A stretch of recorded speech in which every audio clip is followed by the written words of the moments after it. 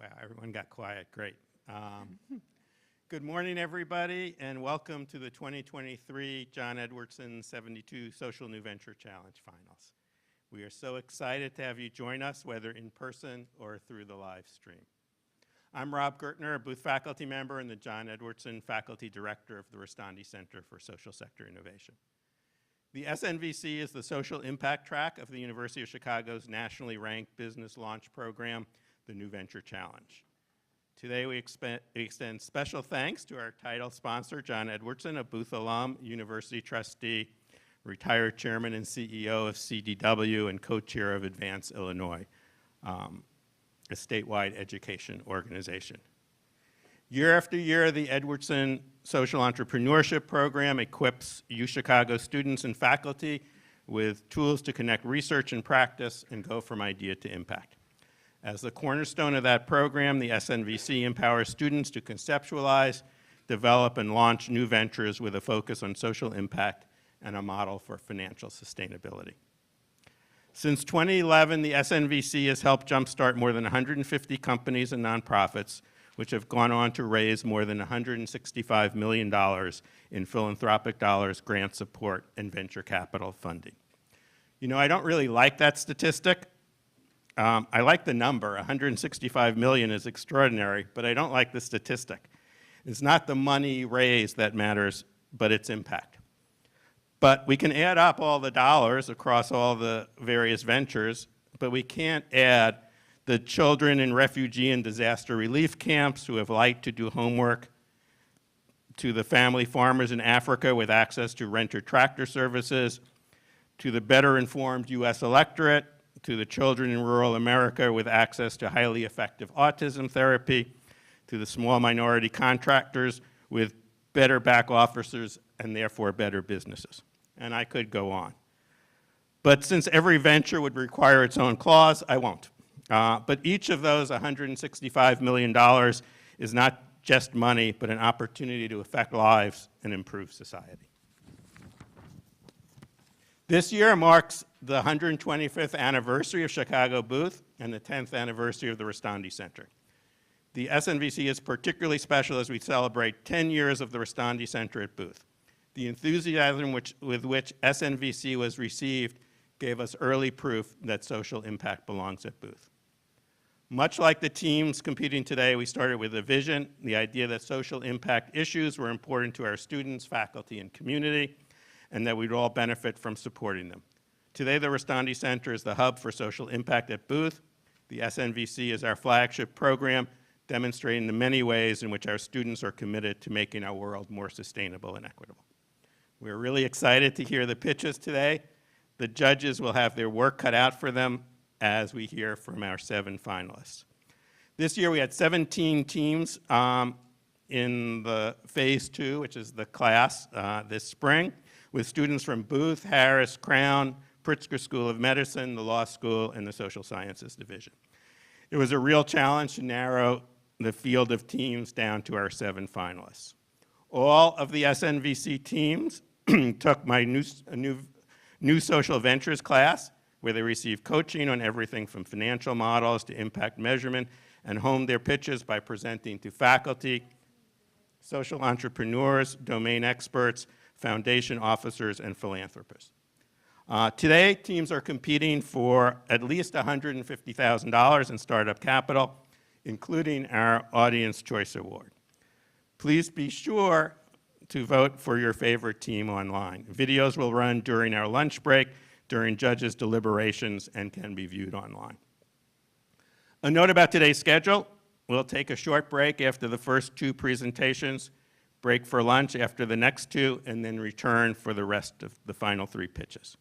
Around 2:15, the judges will begin deliberating. Everyone else is welcome to attend our SNVC reception in room 104 on the first floor, where we will announce the winners around 3:15. For those of you on the live stream, the results will be live streamed as well. Before we get started, I want to thank you all for joining us and for your support of social entrepreneurship at UChicago. Special thanks to our SNVC sponsors, our title sponsor, John Edwardson, our platinum sponsors, Ron and Steve Tarson and David Wells, our gold sponsors, David and Rosemary Good, Robert Cerviche La Barrere and 4S Bay Partners, and our bronze sponsor, Janet Linden Cooper, and our legal sponsors, Dentons and Locke Lord. Thanks also to our distinguished SNVC judges, both those who are here today and those who participated in the classroom throughout the quarter, our coaches and mentors. You have provided invaluable guidance to our teams. To learn more about our judges and finalists, please visit, it's not up there, oh, there it is, nope, it's not there. It's bit.ly SNVC website. So without further ado, let's get started, and please join me in welcoming our first team, the Support Network.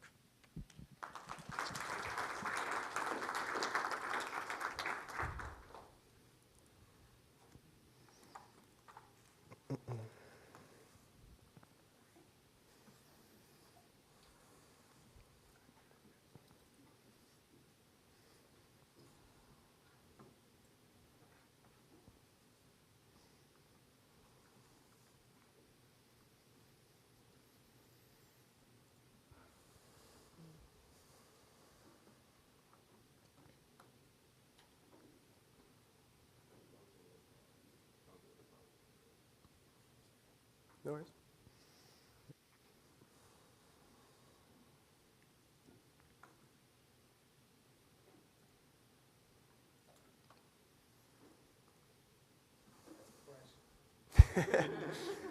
It's fun to ruminate.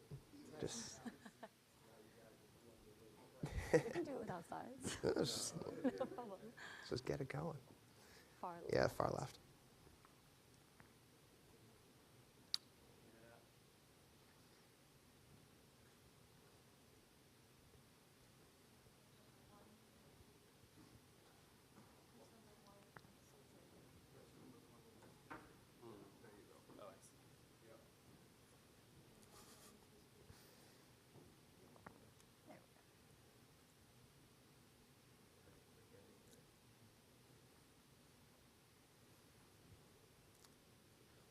Oh.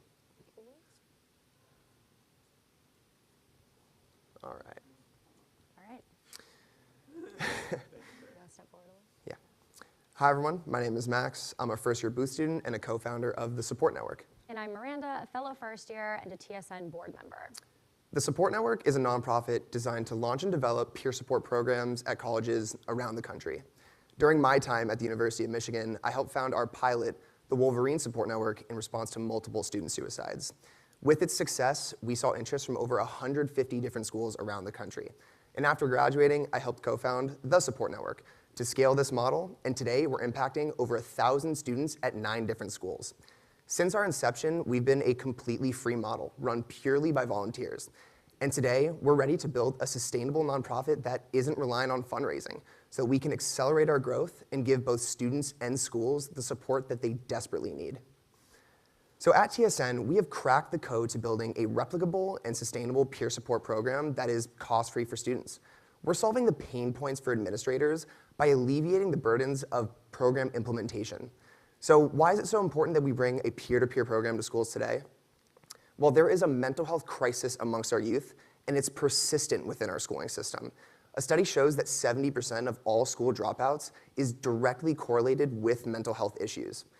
Now, the good thing is schools are trying to find a way to improve student mental health resources, but the reality is they don't have the capacity and they just haven't found the right resource for their students. And what's fascinating about all of this is that of all youth mental health services out there today, 70 to 80% of them are implemented directly within our schooling system. Now, this is where we need to focus, and it's clear schools are feeling this impact. And a study done by Timely MD, it showed that when students are experiencing some sort of emotional stress or challenge, 3% said that they're most likely to turn to a counselor, but 45% said that they're most likely to turn to a friend or a peer. So it's not just that schools can't go and hire another counselor or a therapist. It's really that our students don't necessarily want to go see that school-hired counselor. We believe that a peer-centric program is the answer that both schools and students are really looking for. And if we're to take a look at the mental health landscape out there today, there just isn't a real peer-to-peer model that's also cost-free for students.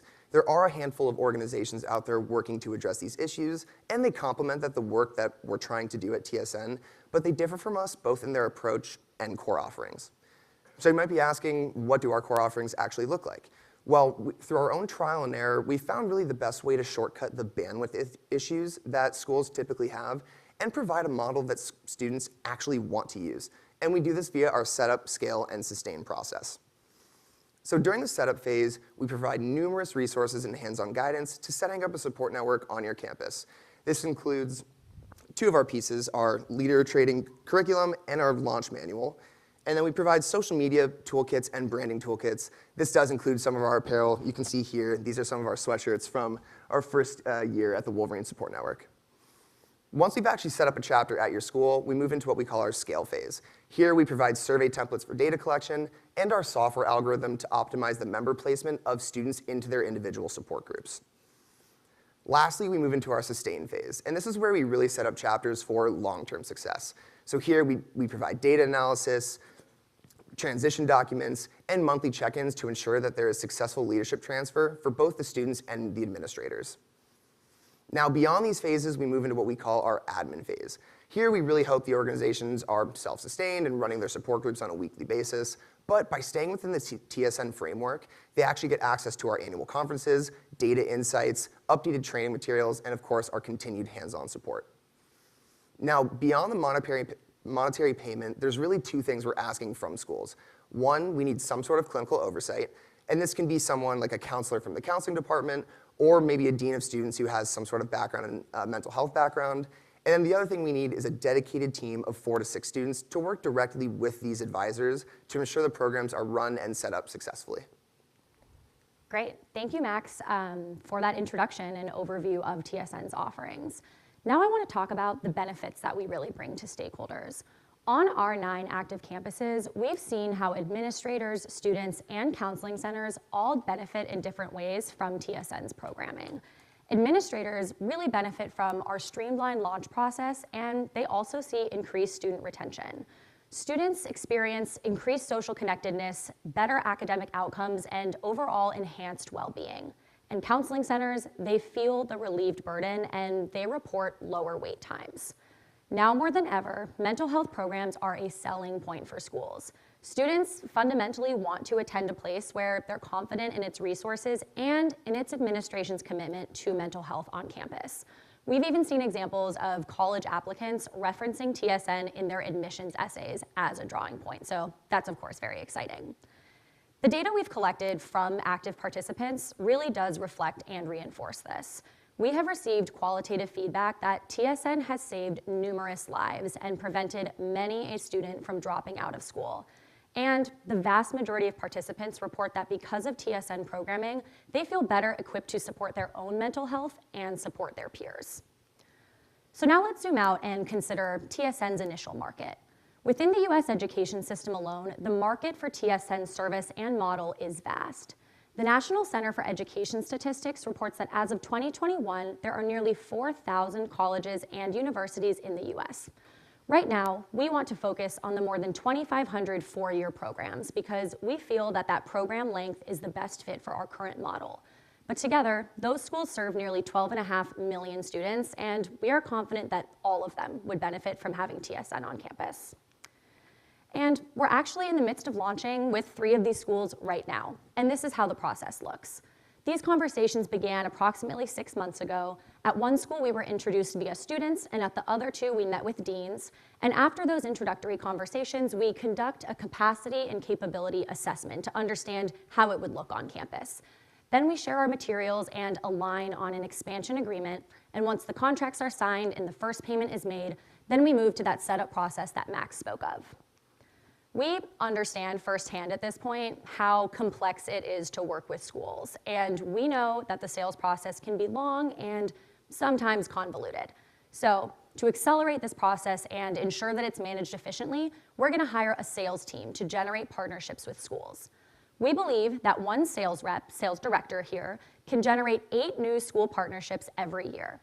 And once those contracts are signed, they'll then hand over to an expansion director who will manage those 8 schools through the setup, scale, and sustain process. For every school that we contract with, our initial 3-year revenue is $60,000 or $20,000 per year, and then $5,000 per year thereafter once schools reach the admin phase. Based on our estimates of capacity and compensation for sales directors and expansion directors, we estimate that it will cost us approximately $8,750 just to acquire a school's partnership, and then we'll spend $39,000 in that first 3 years, or $13,000 a year, managing the setup, scale, sustain process. This does yield a per school contribution margin of $12,250. Now, based on our financial models, we anticipate having to raise $570,000 to cover negative cash flows in our first 3 years. But because of that positive marginal contribution from schools, we expect to be fundraising free and fully sustainable by 2027. By 2028, we will have hired a team of 20 full-time employees and will be present on more than 160 campuses in the US. Our plan for year one is, of course, to launch those 8 paid schools, but our aspiration 5 years from now is to be able to launch 60 new schools every year. As we launch more schools and as more schools reach that admin phase, we'll see a steady increase in our overall surplus. We plan to reinvest that surplus into program development and into supporting schools who right now may not be able to afford our model. As we've outlined today, right now we're focused on expanding to colleges within the United States, but our long-term vision extends well beyond that. We want to license our curriculum, we want to pursue partnerships with large-scale mental health organizations, we want to expand our model to fit high schools and 2-year programs, and we want to explore bringing our model overseas. So with all of that being said, I'm going to hand it back to Max, who will introduce the team. Thanks, Miranda. So here you can see the team that has really operated TSN to date. And our board is composed of 4 former Michigan chapter leaders and Miranda, who brings experience from the crisis text line. We plan to transition our board to more traditional structure once we hire full-time employees, but we're really excited to bring on Emily Giannato, who just finished her PhD in psychology, as our executive director, and she's been looking forward to this. We also have a great team of advisors, including legal and clinical advisory, from professionals who have worked with both for-profits and nonprofits in the mental health and wellness space. Now, last year, we raised approximately $48,000, and as we've outlined, we need an additional $570,000 to become financially sustainable. With that said, today, we're asking for $250,000 to hire our first 2 full-time employees and further develop our curriculum.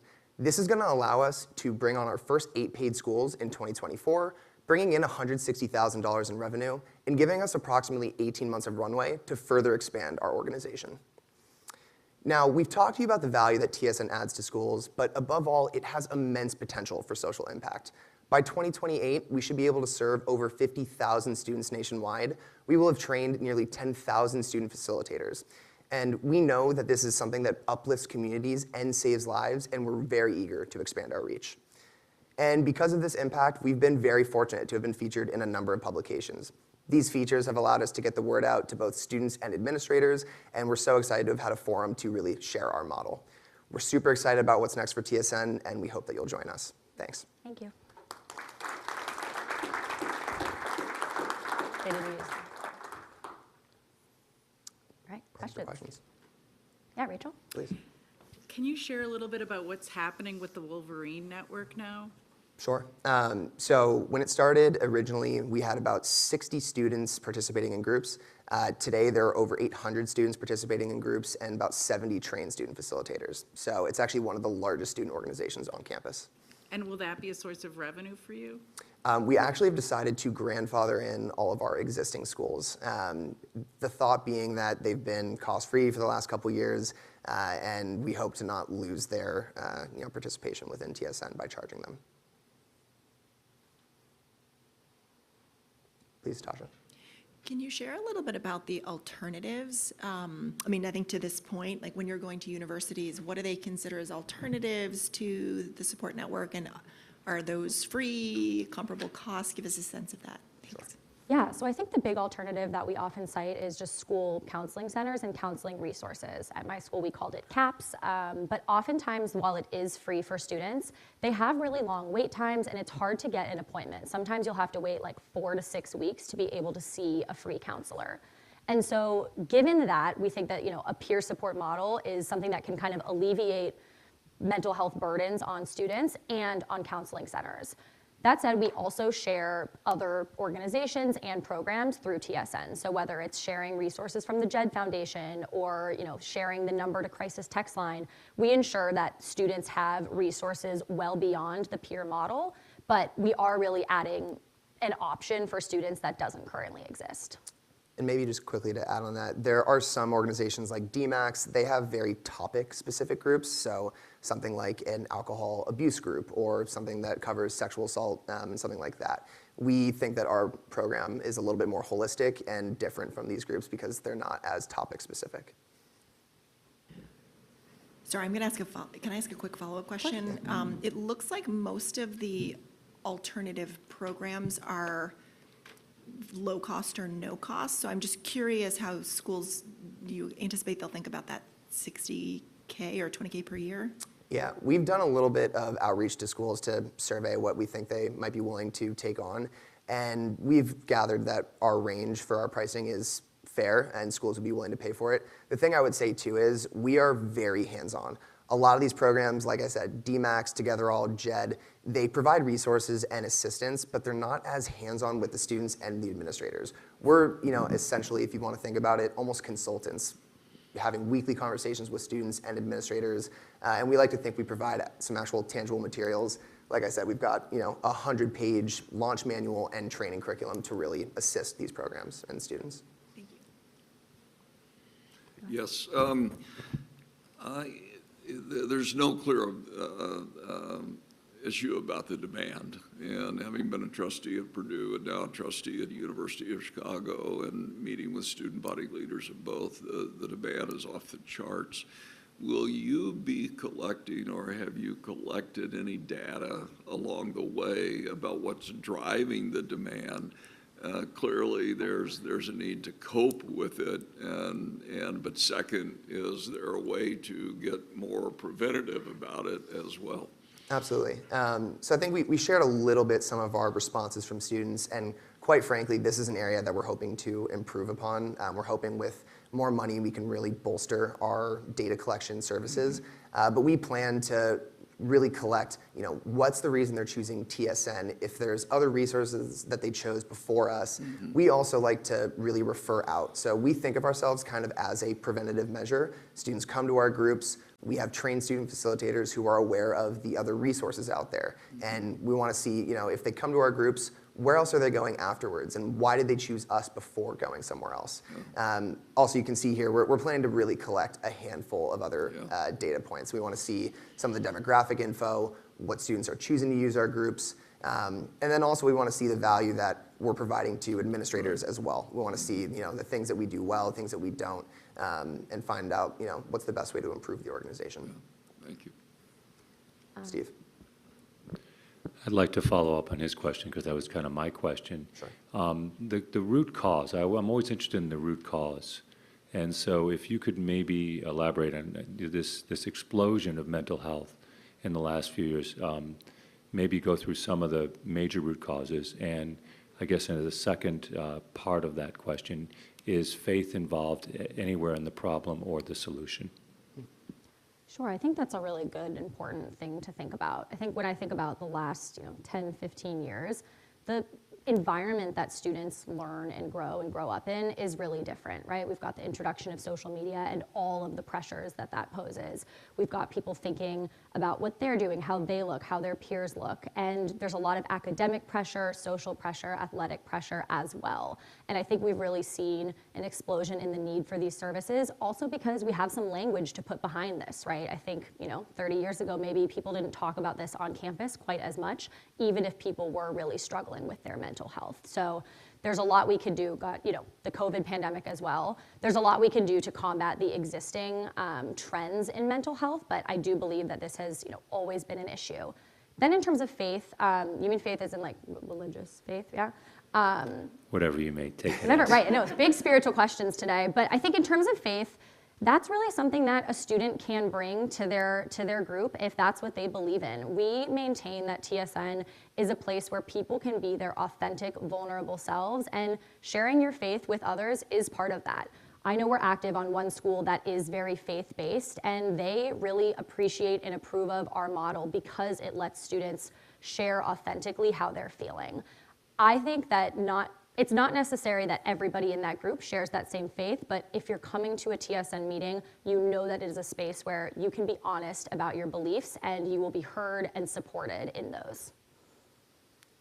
I think we had a question in the back. Could you talk a little bit about your relationship with the existing counseling programs and how you can get them to treat you as an ally and not a competitor? Yeah, and sorry, do you mean the schools that we're at today, those counseling centers?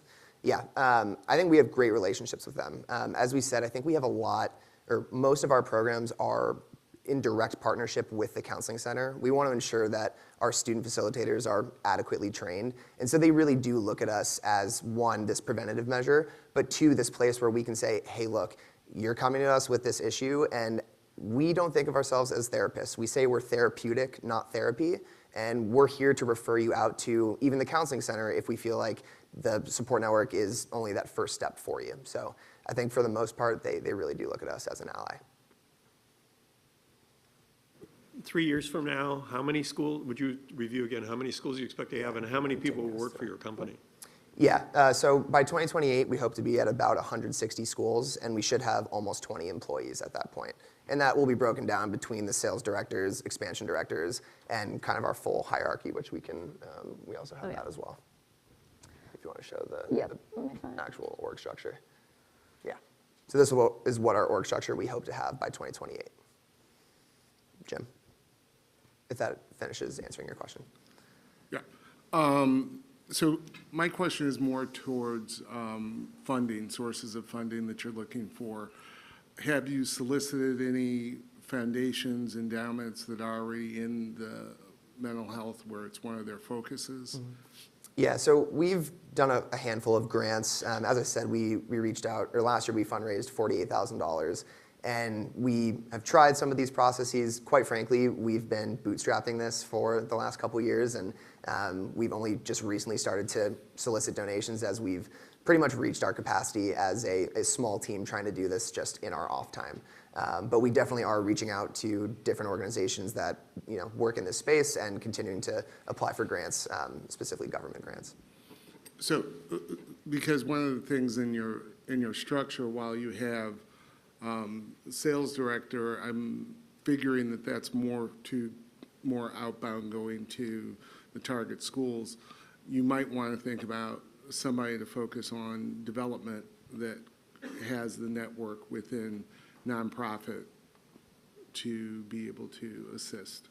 Yeah, I think that's, I think our expansion directors are going to be able to handle the partnerships with the schools, but also hopefully we'll have some sort of relationship with nonprofits to kind of take that dual approach. So we're hoping to address that. So are you already a 501c3? Oh, excuse me, yes, we are a registered 501c3. So what do you really need from us other than the money? The other thing we could really use is connections to universities. I think our big thing, we've learned that the person we really need to get in touch with is the vice president of student life or the vice provost. They're really the ones who are going to approve the budget for us to be, a paid school or a paid program at their school. But truly, those are the big things that we need. We need to get off the ground so we can actually hire some full-time employees and get that expansion, accelerating a little bit. Back row. Did you have your hand up in the back row? You did for a couple. I can't see. Nazrin? Nazrin, yep.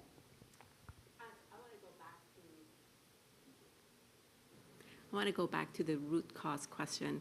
Have you, in your current programs, have you run into hunger or money being one of the drivers of food insecurity?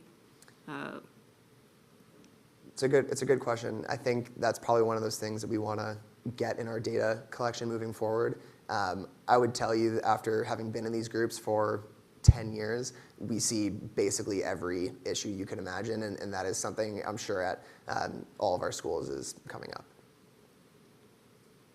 Thank you. In the middle, Karen? Yeah. Hi, thank you. I think this is just an incredible problem that you're tackling, and the question is going to be really how to scale it. And I think to the extent that there are all of the free or low-cost options that you showed competing, I would ask, so you mentioned you had more hands-on model. How do you actually demonstrate that the hands-on model is worth the additional value? And is it in the data collection specifically? And then how do you translate it into your value proposition, so to speak? Yeah, no, that's a good question. I think It comes down to a few things. One, just having 9 schools with over 1,000 students already impacted, we do have a ton of that qualitative feedback that students are saying this saves lives. And I think the big thing too is a lot of these other programs don't actually have that physical support group. I think that is probably what we say is like our core offering. And if we go to a school and say, hey, look, Michigan has 800 students participating in these groups on a weekly basis, and we also require that these schools have community events. This bi-weekly community events that actually bring together the whole campus. I think it's pretty clear that we're able to, one, bring this to schools pretty effectively and efficiently. It's just not that easy to set up programs within university systems. And we'd like to think that the data we already have, the scale that we've had just with a couple of volunteers doing this, should be enough to get them to agree to our partnership. Yeah. Hi, I'm going to follow up on that question. My question is actually about how are you going to maintain quality control after the initial setup time? Because certainly the experience of your prior schools is going to make a big difference as to whether I sign up. And I don't know what the liability issue is, but also just sort of the quality control around the training of the facilitators and how you manage that process.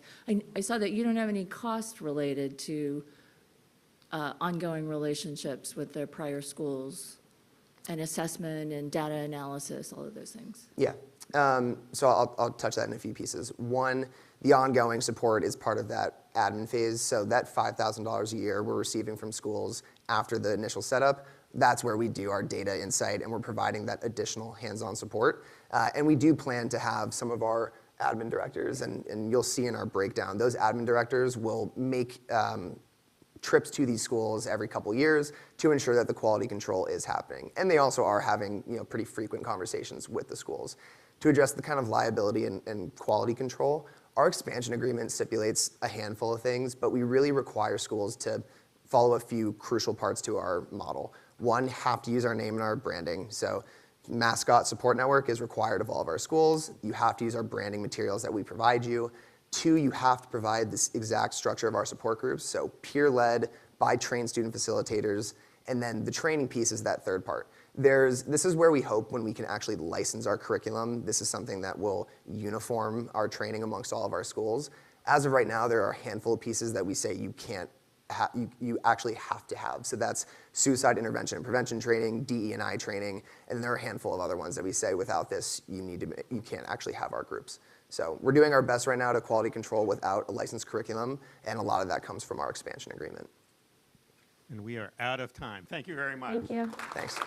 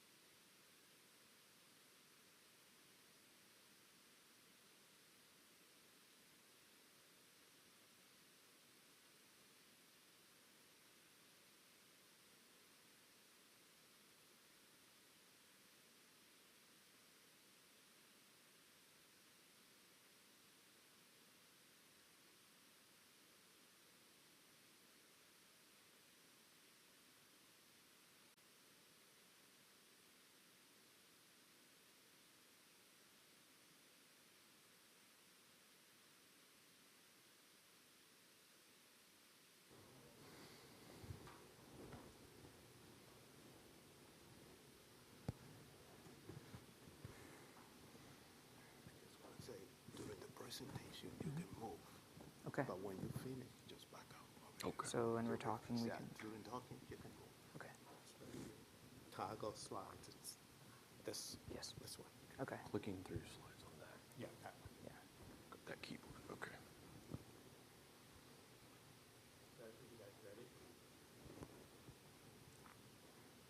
Start up.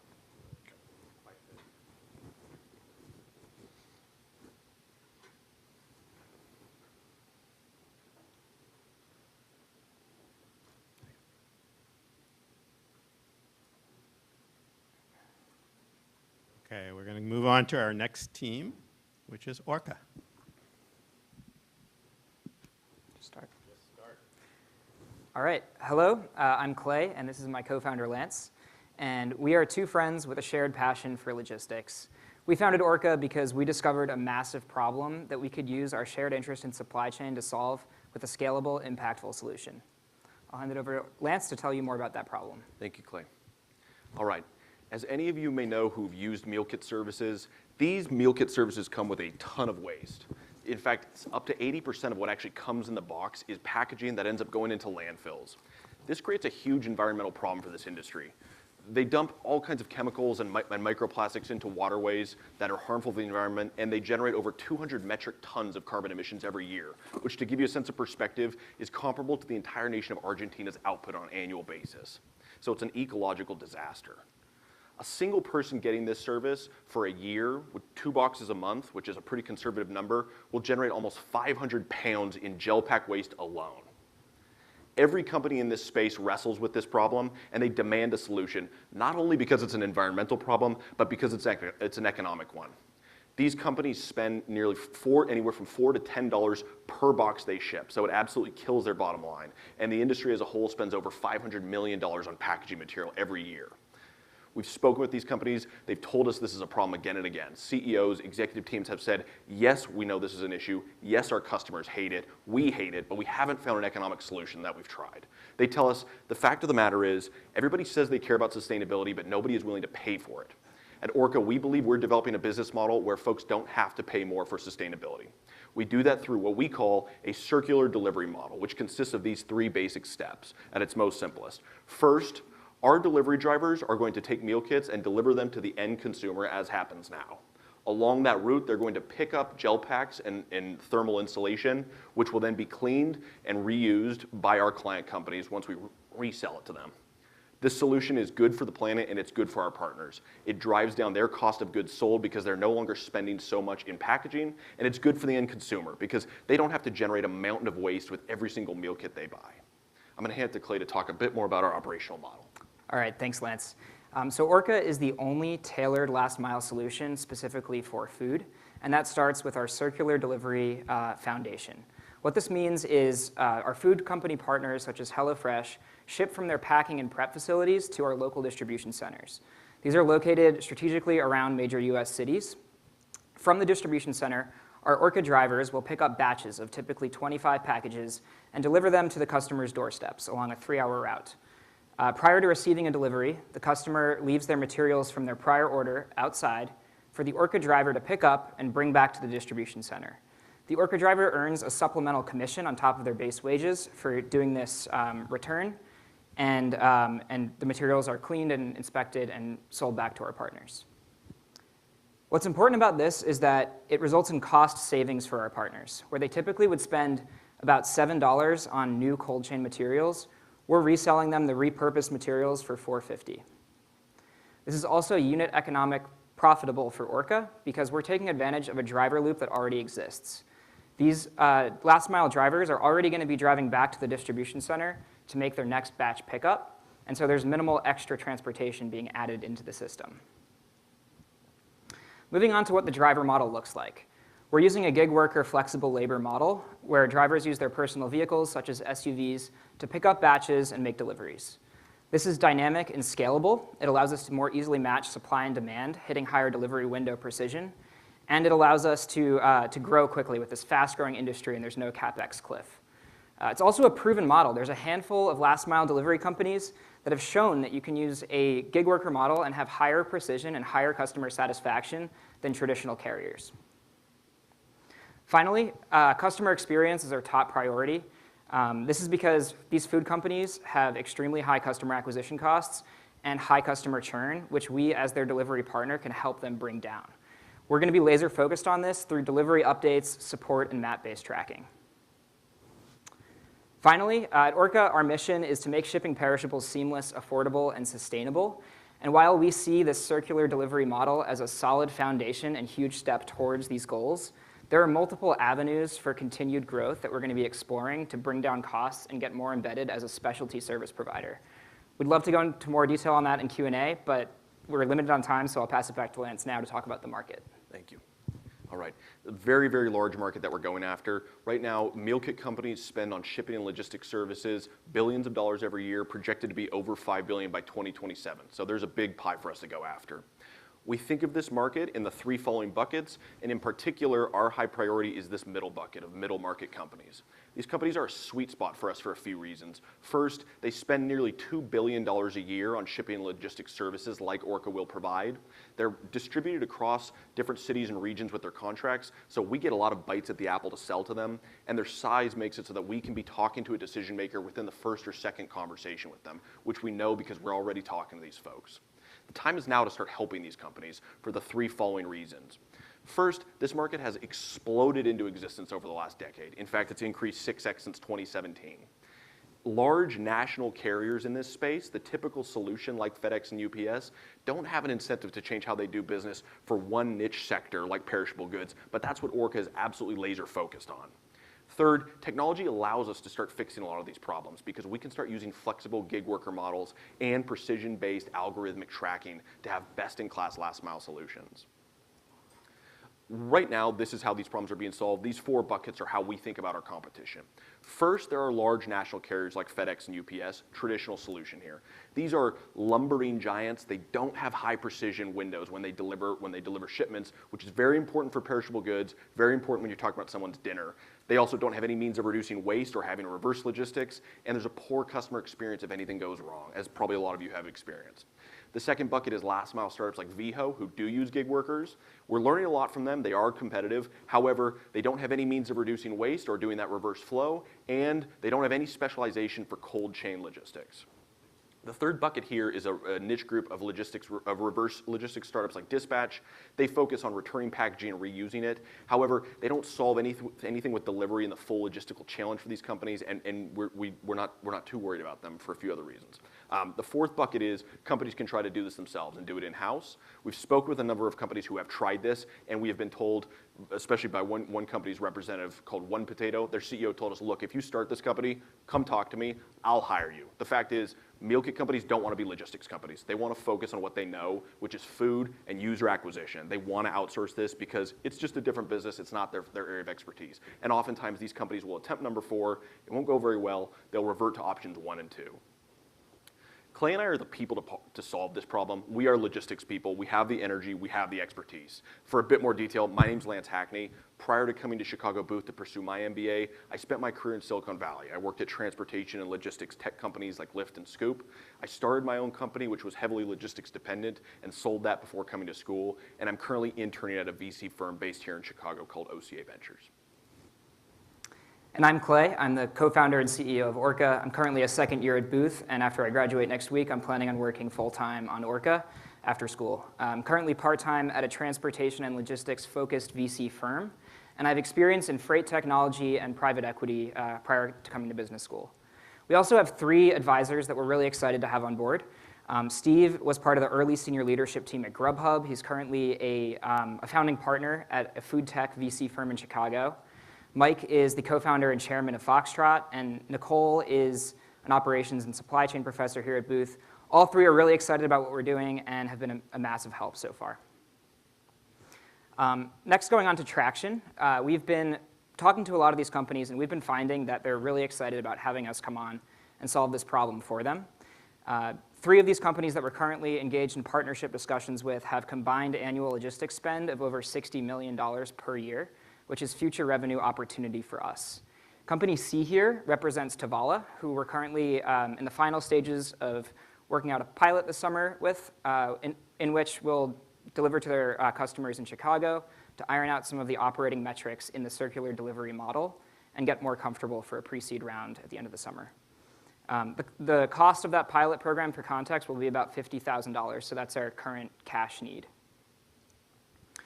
Looking ahead, this is a highly scalable business model and a massive market opportunity. And so even with sub 5% market penetration, we can get to a annual recurring revenue in the hundreds of millions within 5 years. We're currently seeking $1 million pre-seed for pilot expenses, platform development, and 12 months of runway. Within that 12-month period, we have a series of structured milestones that will get us to a seed round in 2024 to support citywide rollout in Chicago. So what does success look like to us? First, we're aiming to be the market leader in US direct-to-consumer perishables shipping, where there's currently no specialty service provider and a $5 billion market opportunity. Second, based on our projections, we can prevent nearly 200 million pounds of single-use gel packs from reaching the landfill within 5 years. And third, we are a mission-driven company at Orca, and we're always going to be pursuing new ways to pursue our mission and eliminate waste for our partners. So finally, we're very excited about this opportunity to do something impactful at scale. We've heard over and over again that this is a real problem and a huge issue for these companies, and we're really excited to solve it. So with that, we'll open it up to Q&A.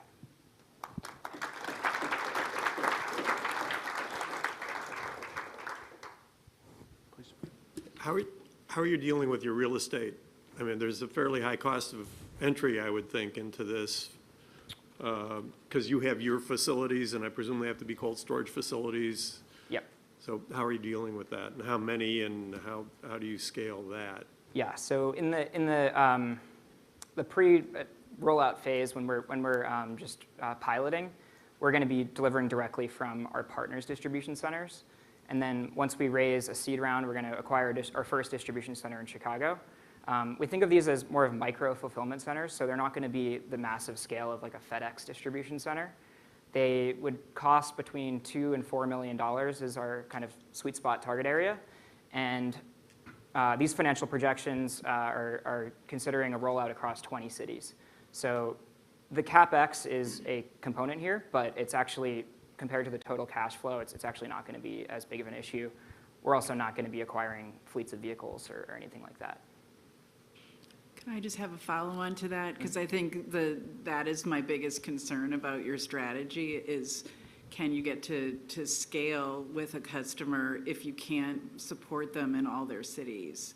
And so how many of the mid-market customers are national, and how are you going to get over the fact that you're only in 20 cities for them?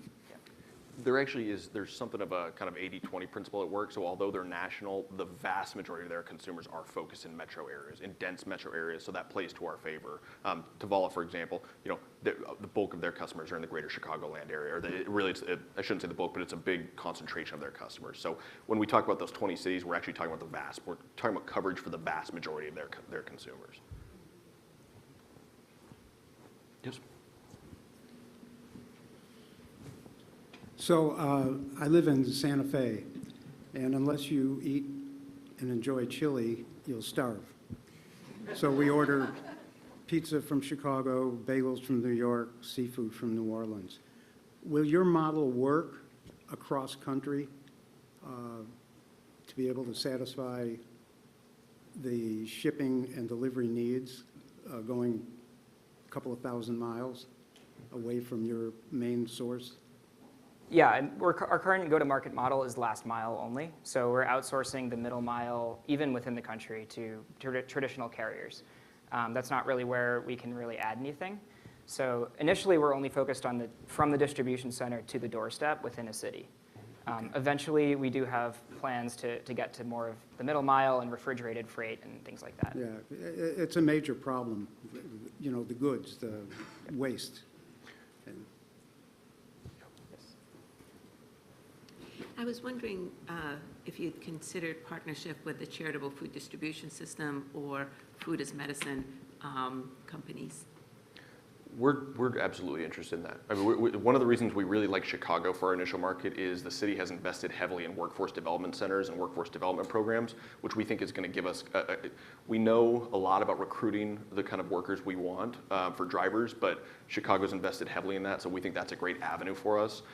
And certainly, all options on the table as far as increasing food access, yes. Eric? So these gel packs, how many times can you use them? And then once you can't reuse them, what do you do with them? So are you just avoiding the inevitable of them ending up in the landfill and giving them more turns? Or what's your plan there at the end of life? Yeah. So the current gel packs have about 3 times cycle life. And we're going to be we're probably not going to use those gel packs. Part of our pilot is going to be testing different materials and trying to optimize the cost equation to get the maximum cost recovery based on cycle life and return rates and cost. So currently it's 3 times, but we're probably going to go with something more durable that'll get us more long-term value. Can you tell me a little bit about the diversity on your team, both now and in the future, and how that fits into your plans? Yeah, I would say, we're going to be focused, our business model, as we explained, is focused on dense metro urban areas in America, which are highly diverse, and our workforce is going to be too. That's been true in my past experience at companies that used flexible labor models and hired heavily in cities. It's an important thing for us. I mean, we're not always going to be experts on that. We're not always going to be totally representative of the cities or the areas that we're serving. That's a fact, and we have to have some humility over that. But we are trying to make sure that our drivers are partners who are working with us, and that that's one of our values as a company. So, what about your management team? Well, to be completely frank here, we haven't done a lot of planning for hiring management team. Right now, we're trying to get off the ground and improve our model. But I do think that's something it's important for us to keep in mind, certainly, as we grow. We're a 2-person team right now. We don't have other people on the team, so we're being nimble, but that's going to be on our radar for sure. 2 quick questions also on the cost logistics side. First, how are you integrating the need for cold storage with the need to do cleaning on or near premises, and how does that impact logistics cost? Second, following up with your background in Lyft, how do you think about maintaining a predictable cost of supply for gig drivers, particularly in times and in markets where there's spikes in pricing for gig drivers? Do you want to take the first one? Yeah. So in terms of cold storage, initially we will have to have some cold storage on site at our distribution center in order to refreeze gel packs. This is baked into our total cost of recovery, which is about $2 per box of materials. And so this is a smaller amount of cold storage. Over time, our goal is actually to add more cold storage. It is a scarce resource currently, and there are multiple ways that we can benefit from having that. As one example, we might want to start packing in-house on behalf of our customers, which reduces the middle mile transportation cost and allows us to take some of that responsibility for them. So there's more value add there, more cost reduction, but that'll involve having what we call cold storage distribution centers in the future. Yeah. And to your second question, Bob, I've done a lot of work in recruiting and building markets that rely on gig work drivers in new markets at Lyft. And I think there's a few ways that we're thinking about your particular question. The first is we are not subject to a lot of the pressures of, say, ride-hail deliveries, or the kind of instant meal delivery where there's real-time supply and demand market being created. And that's tough for a lot of reasons, not least because it drives down a lot of the value that actually goes to drivers because they're rushing to meet that price point. We actually don't have to do that, and we don't have to be in that market for a few reasons. First of all, most of these companies ship 2 days a week, and so there's a much steadier demand, and so we're able to be a lot more consistent in how much we're able to pay drivers and the prediction of how much driver supply we're going to need. So it's a different dynamic for a lot of reasons, and frankly, we're totally happy about that. Bruce? So I'm thinking about the customer side of the food companies, and the social impact of your venture is based on getting those bags back and being able to reuse them again. What's the incentive for me as a user to hold on to that bag until the next shipment and then get it collected. So what's my incentive on my side? Yep. That is something we were really worried about going into this. We thought, who's going to do this? Who's going to take the time? Is this going to be 5% or 10%? Who's going to actually leave out this material? Like, the human equation is always the hardest to predict. We have some good news on that. We were very, very heartened when we were interviewing and talking to a few companies, ones that gave their customers a return model, and I'm afraid I might have a little feedback, so apologies on that. Companies that gave customers an option to leave out material for pickup found that they had over 90% compliance. And we talked, we thought, that sounds crazy. Could that be true? Is it really that high? They actually, to be frank, they said they had nearly 100% compliance. We spoke to another company that said well over 90%. And so then we started to go, wow, okay. And my hypothesis in thinking through that is, from my friends who use these services, they hate having this mountain of waste. They end up holding on to it till garbage day anyway, or till whenever they take all their garbage out. And so I think there's just a strong incentive that people naturally feel, particularly the customers of these companies, that they do not want to be huge polluters and taking out a mound of trash with every meal. So we're going to play around with making sure that is as high as possible and seeing what incentives we can play with through our pilot programs. But the good news is it's a lot higher than certainly I expected, that people are willing to do this and want an option like this. Yes, Nazrin and I both do a lot of work with the Greater Chicago Food Depository. That is why she asked the question. I think she did. And a lot of those groups have been moving to more food preparation, and it's daily. And I would just suggest that we know how to contact them, and you may want to think about a pilot with them, because they do deliver food every day, and they're back the next day. And so, and as a person who orders Newski's bacon and ribs from Memphis and lobsters from Maine, those are very infrequent orders.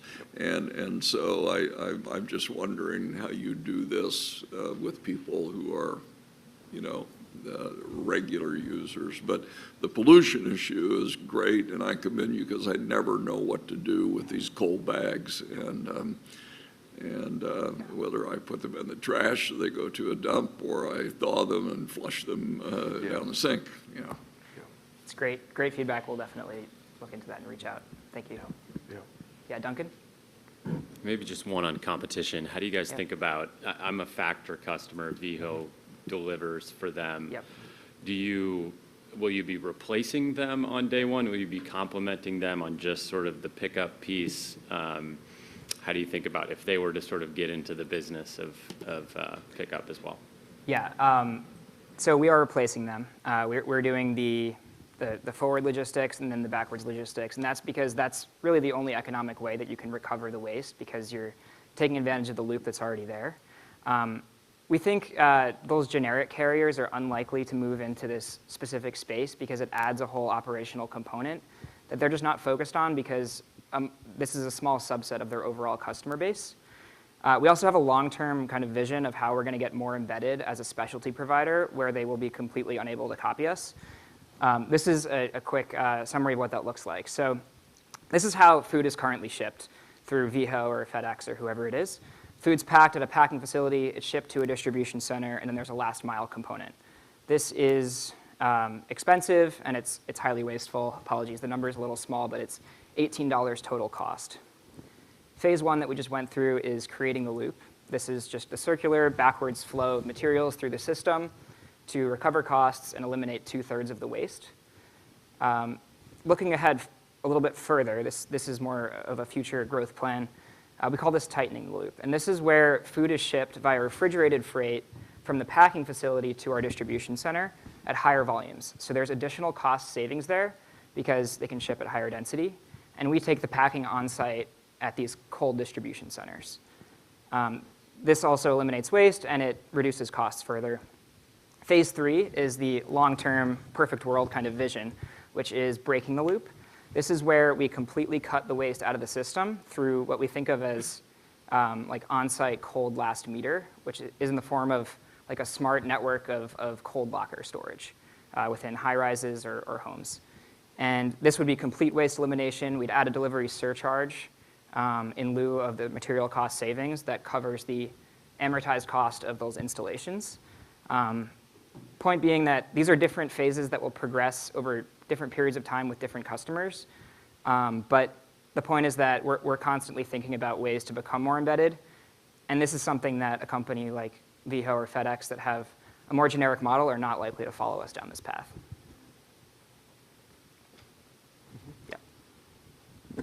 I'd just like to follow up on that. They may not be likely, but if you get this really taking off and this starts, I mean, that's going to detract the competition. So then the question is, are those features that you're showing for your longer term vision, are they going to be proprietary? I mean, what's the moat going to be around them? Yeah, the cold locker system will probably not be proprietary. I mean, that is something that allows us to branch out into the much larger direct-to-consumer grocery space. It's about 10 times the meal kit market. So at that point, we would become a cold locker network, and this is looking far out, and it's very speculative, but we become more of a marketplace model between buildings and food companies or food shippers.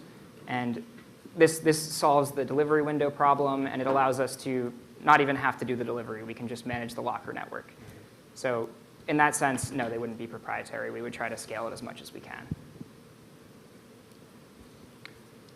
I think we're out of time. Thank you very much.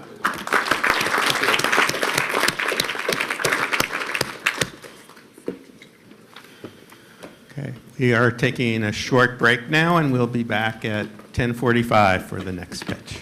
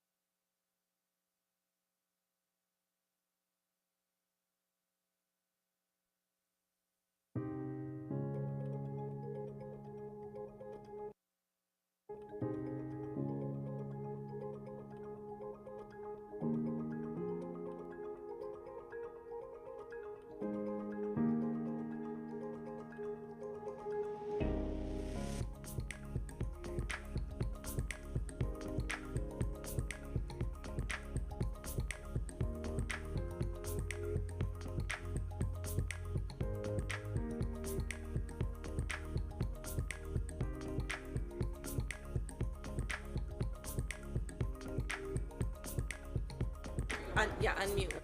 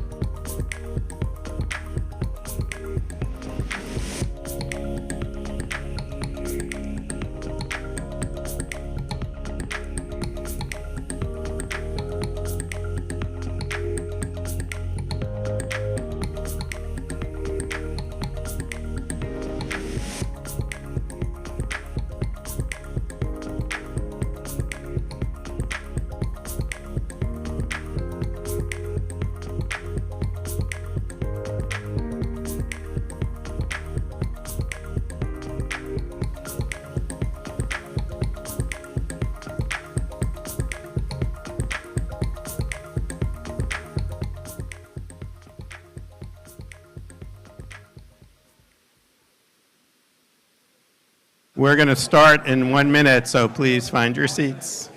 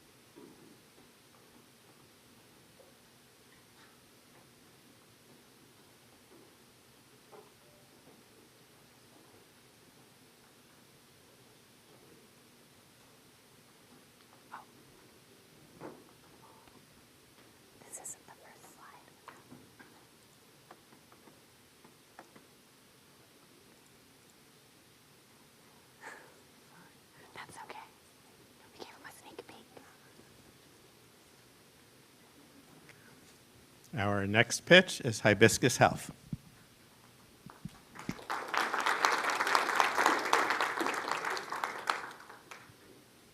Good morning. My name is Ashlyn Kamoy, and I am the CEO and co-founder of Hibiscus Health. Joining me this morning from New York City is my CFO and non-student partner, Kelsey Nelson. We have 2 other team members with children graduating both from kindergarten and high school, so they will not be joining us, understandably. Hibiscus Health is an urgent need for parents that's offered right after and during pregnancy. The United States is one of the most dangerous places in the developed world to have a baby. When it's broken down by race and state, it's one of the most dangerous places in the world. Just in Indiana, it's just as dangerous to have a baby there than it is in El Salvador. This is absolutely unacceptable for the type of country we are and the resources that we have. So what do you think is the leading cause of death for these women? It's not what you think it is. Just in 2022, the CDC released that the leading cause of death for these women is perinatal mood and anxiety disorders. It affects twice the amount of women that breast cancer does, and only 15% of these women are currently receiving treatment. So why is this not happening? First, screening and detection tools already exist, and pediatricians and OBGYNs use them, but there isn't a standardized process to make that happen. It's very highly unlikely that a doctor is going to want to screen for something that they don't have accessible treatment for. So that's where Hibiscus Health comes in. We're creating scalable treatment so that these doctors, OBGYNs, and women know where to go for help. The access point is a big issue in our country right now. There's nobody doing this on a large scale, and there's stigma. If you have a condition where one of the main symptoms is that you want to kill yourself or your baby, this beautiful bundle of joy that you just welcomed when it's supposed to be the most exciting time of your life, you're probably not going to tell anybody about it. And so many women and even doctors, professionals, mentors, and coaches in this program have told me, Ashlyn, I feel like I can tell you that this broke me. It was difficult. And you might say, I know somebody who recovered from this condition in 8 to 12 months, but that's absolutely unacceptable. In 2017, it cost $14 billion to our society, insurers, and employers for the impacts of women not receiving this treatment. So what are we advocating for? We want standardized screening in those 8 well-child visits that parents are attending and 13 perinatal visits. And as the screening happens, we are offering a virtual telehealth solution so that moms can come and get treatment from our therapists. Now, what do I know about therapy? This is the Booth School of Business. I am a Crown student. I hail from down the street, and I'm actually a clinical therapist. I have clients on my caseload right now, and I treat this condition. I also have 4 children, and I got this condition every single time I had a baby. And this is absolutely unacceptable. We're here to say absolutely no more. Women have experienced gaslighting in this healthcare system for far too long, and we are choosing to provide a solution for this one problem and become experts at it. And you know what? You don't even have to leave your home. How many of you in here have a baby? Or have had a baby? There you go. I know your college students are your babies. I know. Think back to trying to leave the house with that baby. It's so hard. And I'll tell you, there were times when I thought I'd rather suffer than get this kid out of the house. I'm sure it will be fine. But in those small moments of suffering and not accessing treatment, you're opening up to bigger complications, post-traumatic stress disorder. And the longer this goes untreated, the higher the risk of death. For Black and brown women, it's an even more risky. This treatment is so important. And we thought about that. Maybe they don't have access to the internet. This is a low-tech solution. We're not building anything crazy. We're buying licensing to Zoom. I hope most people know how to use Zoom at this time. And if they don't, we can give them a call on the cell phone. We can text message them. We want to be where women are. We don't want any access issues. So how is this going to happen? Great, good job, Ashlyn. You found a problem. You're talking about it in this big way. So this is how it's actually going to happen. Referrals happen from medical providers, social service organizations, employers, and word of mouth. We're currently focusing right now on social service organizations. Through my work as a social worker, I have direct connections to over 100 social service organizations in the city right now. As soon as we're ready to start, we have a tidal wave of women ready to receive treatment. The intervention includes insurance-reimbursed psychotherapy. That means this costs little to nothing to the women we are treating because it's insurance reimbursable. And Medicaid used to only last 3 months after you had a baby. Due to federal policy and beautiful meetings that our team has had with the Biden administration in Washington, D.C. to thank them personally for this expanded access, they will be adding 12 months of Medicaid. It's a state-by-state adoption. It's happening in many states. We're starting in Illinois, and we'll expand out from there. We are offering competitive compensation for therapists. I know, I'm a therapist. I want to pay myself and my colleagues, but it's more than that. If we cannot take care of our own families, we can't take care of yours. Recovery. We want healthy families, and we want to reduce that $14 billion economic burden. So maybe this is a small market. 3.4 million babies are born each year.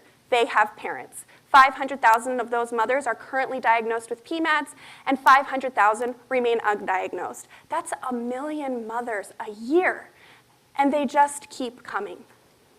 So why hasn't somebody done anything about this? The first issue is the Medicaid issue. That's very new. The second issue is that you have these large companies who are motivated, who are profit motivated, Talkspace, Commerly, and BetterHelp. They offer general therapy for many conditions. You would not want to go to the dentist for a broken arm. You probably shouldn't be going to a general therapist to treat your perinatal mood and anxiety disorders. It's incredibly specialized. Partum Health is a new startup, a more established startup here in Chicago. They do have a mental health component, but they also do a host of other things. Here at Hibiscus Health, we are committed to becoming specialized expert in treating one disease. And the last bubble you see there are individual therapists. There's plenty of qualified individual therapists running private practices out of their office or home. It's really difficult to find these people. Therapists don't tend to be business owners. They're not doing marketing, and it's really difficult. You're on Google, you're trying to find someone, and unfortunately, most of their caseloads are full. So again, our marketing strategy is to create medical relationships with OBGYNs, nurse midwives, lactation consultants, physical therapies, and social service organizations. If you see a mother, we want to have a relationship with you. Later on, down the road as we grow, we have direct-to-consumer, employer benefits, and word of mouth. If you're a mom who got help, you're going to tell your friends that you got help. So how is it going to work? Our virtual practice group consists of a clinical supervisor, administrative assistant, 15 therapists, and 3 student fellows to serve 718 clients per year. Our client-level economics include revenue of $3,426, after taking out therapist compensation and benefits, a small cost for billing and client acquisition, because there are no fees in this space for client acquisition, we get a contribution margin of $623. We are paying our therapists full benefits so that they can focus on treating their clients. At the end of the day, our one virtual practice group over the course of the year has an operating profit of $338,111. As we grow and scale, we want to grow quickly. The first year, we will run one practice group, and then we will continue to scale. We are reinvesting our own funds into making this a scalable project. We only need one investment. We will serve 50,970 women over the course of 5 years. That's a lot of happy families. This is our team. I'm the Chief Executive Officer. I'm a clinical therapist. I'm also a former nonprofit consultant before I stayed home to take care of my children. Kelsey is joining us from New York. She's an alum of the law school. Rebecca Jack is getting her PhD in economics. And Emma Snuggs has a beautiful career as a policy analyst in lobbying and philanthropy. This team of women have built this business in the middle of the night, at 3 in the morning, when we put our kids to bed, at lunch breaks. Kelsey is a full-time big law attorney, and somehow we found a way to build a project to help other women like us. Also, every single one of us had at least one of our children on Medicaid. We are asking for $630,000 in startup funding to pay for HIPAA-compliant software licensing, therapist recruitment, marketing, insurance paneling, and wages. This is an incredibly big issue. More than money, we're looking for help and partners. If you are in a position to care about this issue, to say no more in a country that's developed, that shouldn't be having this happen anymore, and say, I have the skills, I have the resources, I have the connections, talk to us and we want partnerships. As you can see, our advisor slide is missing. So many teams in this competition have beautiful advisors, and we are slowly building out our advisors process. We have soft offers for multiple advisors, but we want to pick the best advisors for this space. So what's happening now? We are ready to build this business this summer, whether we're going to bootstrap it ourselves, and I'm going to give therapy to as many women as possible, or if we're going to have an infusion of investment to make a huge difference in the lives of hundreds of thousands of women over the course of a few decades. This is the University of Chicago. If nobody else is going to say that this issue needs to change, then it needs to be us. Thank you.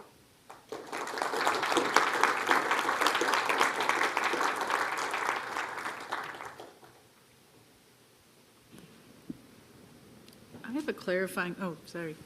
Go ahead, clarify. Okay. And it's ignorance. So postpartum depression versus PMADs. Can you explain the difference? And can you prescribe drugs in your practice or not, I guess? That is a wonderful question. Thank you. Postpartum depression is one part of PMADs. There's also anxiety, psychosis, lots of other issues within the realm. The second part of your question is, can we prescribe drugs? We can diagnose and treat the condition. Psychiatrists can prescribe drugs. Sorry, I'm a little nervous. Yeah, psychiatrists can prescribe drugs. We're building out a model to hopefully have physician assistant psychiatry professionals prescribe drugs in-house. And for the meantime, what we will do in the early phases is have a really great relationship with people's primary care physician, or if they don't have them, maybe like a community health center, so that they can get those drugs and then we manage the care afterwards. Hi, I mean, your presentation is so enthusiastic. Thank you so much. I'm curious about what your strategy is to reach out and get the scale you need on, especially the OBGYNs and the pediatricians, where you have those recurring visits occurring, which I think is a great idea, by the way. I'm sorry, I'm not sure. So are you saying you want to make sure women are going to those appointments? No, or? how are you going to reach those channels? Right, so we're hiring a marketing person. I mean, I like to think I can go out and be like, choose us, but that's unrealistic. And so we're hiring a marketing person. We've met directly with people in medical sales, in social service organizations, and a lot of that we've just received information to this week so that we can be able to partner with some people who might have like-minded connections. Some, I think that it takes a really special partner, someone who cares about this, and someone who's also willing to refer their patients. But it will definitely be through adding a member to our team to only cover that piece. Thank you. Thank you. Yeah. Not a question, just a comment. My wife, who has spent her career in social work and eventually moved into gerontology, is watching this in Santa Fe and just texted me and said, "Fantastic, give her whatever she needs." Thank you. What's your wife's name? Pardon? What's your wife's name? Camille. Thank you, Camille. Yeah. So my mom is also a therapist, and Mike, I loved your presentation, love your enthusiasm, love the fact that you guys somehow did this with other jobs, which I've seen before from women. I'm always amazed. Thank you. And kids, too. But the scaling piece, just observing as a therapy, can you scale that quickly and still maintain quality, and how can you do that? I really appreciate that question. That's something we've thought about. We've received a lot of guidance from the Crown School of Social Work. Many of my professors, we talk about quality a lot because we care about it. In our model, there's the 15 therapists. There's a clinical supervisor. Our clinical supervisors are in every single unit. We could make a lot more money if we did not have that person. That person is in charge of ensuring that those 15 therapists are creating quality therapy as well as taking care of themselves. This is an incredibly difficult job. And so as we scale, we keep that person in every unit, and we don't require that person to see any clients. So they're ready to make that space. Also, the hiring piece is really important. Hiring and making sure that the people we're training are quality clinicians and they continue to have opportunities for growth. A typical therapy load for a really high productive therapist is about 30 clients. All of our projections have had 26 clients on their caseload. So we give them a little wiggle room to have the normal training, but also an additional. Postpartum International is a national organization. They recently started offering certifications in perinatal mental health and anxiety training. Every single one of our clinicians will have that training. And also, thank you for your mother's work. Thank you for sharing that. First, I also love your passion. I love that you won Camille. I also love that you're really focused on the health, the mental health of the therapists and the economic health. But I'm curious to hear a little bit more of the economics with Medicaid. I think one of our experiences has been for, the coverage amounts for virtual therapy have been challenging for Medicaid, and I don't know if they're going to cover sort of asynchronous, which might be more cost effective. So can you share a little bit about the economics, particularly for the Medicaid population, and how that aligns with your goals of, making sure that you keep and maintain the well-being of the therapists that you're working with? Yes, so I'll answer the first part of that question. I'm going to pass it to Kelsey. So Medicaid is challenging, and that virtual piece is also challenging. We do have the capacity to see people in person, and that's why those partnerships with those social service organizations are incredibly important. Because if you already have a space or a connection with an organization, they probably have a building where we can host therapy.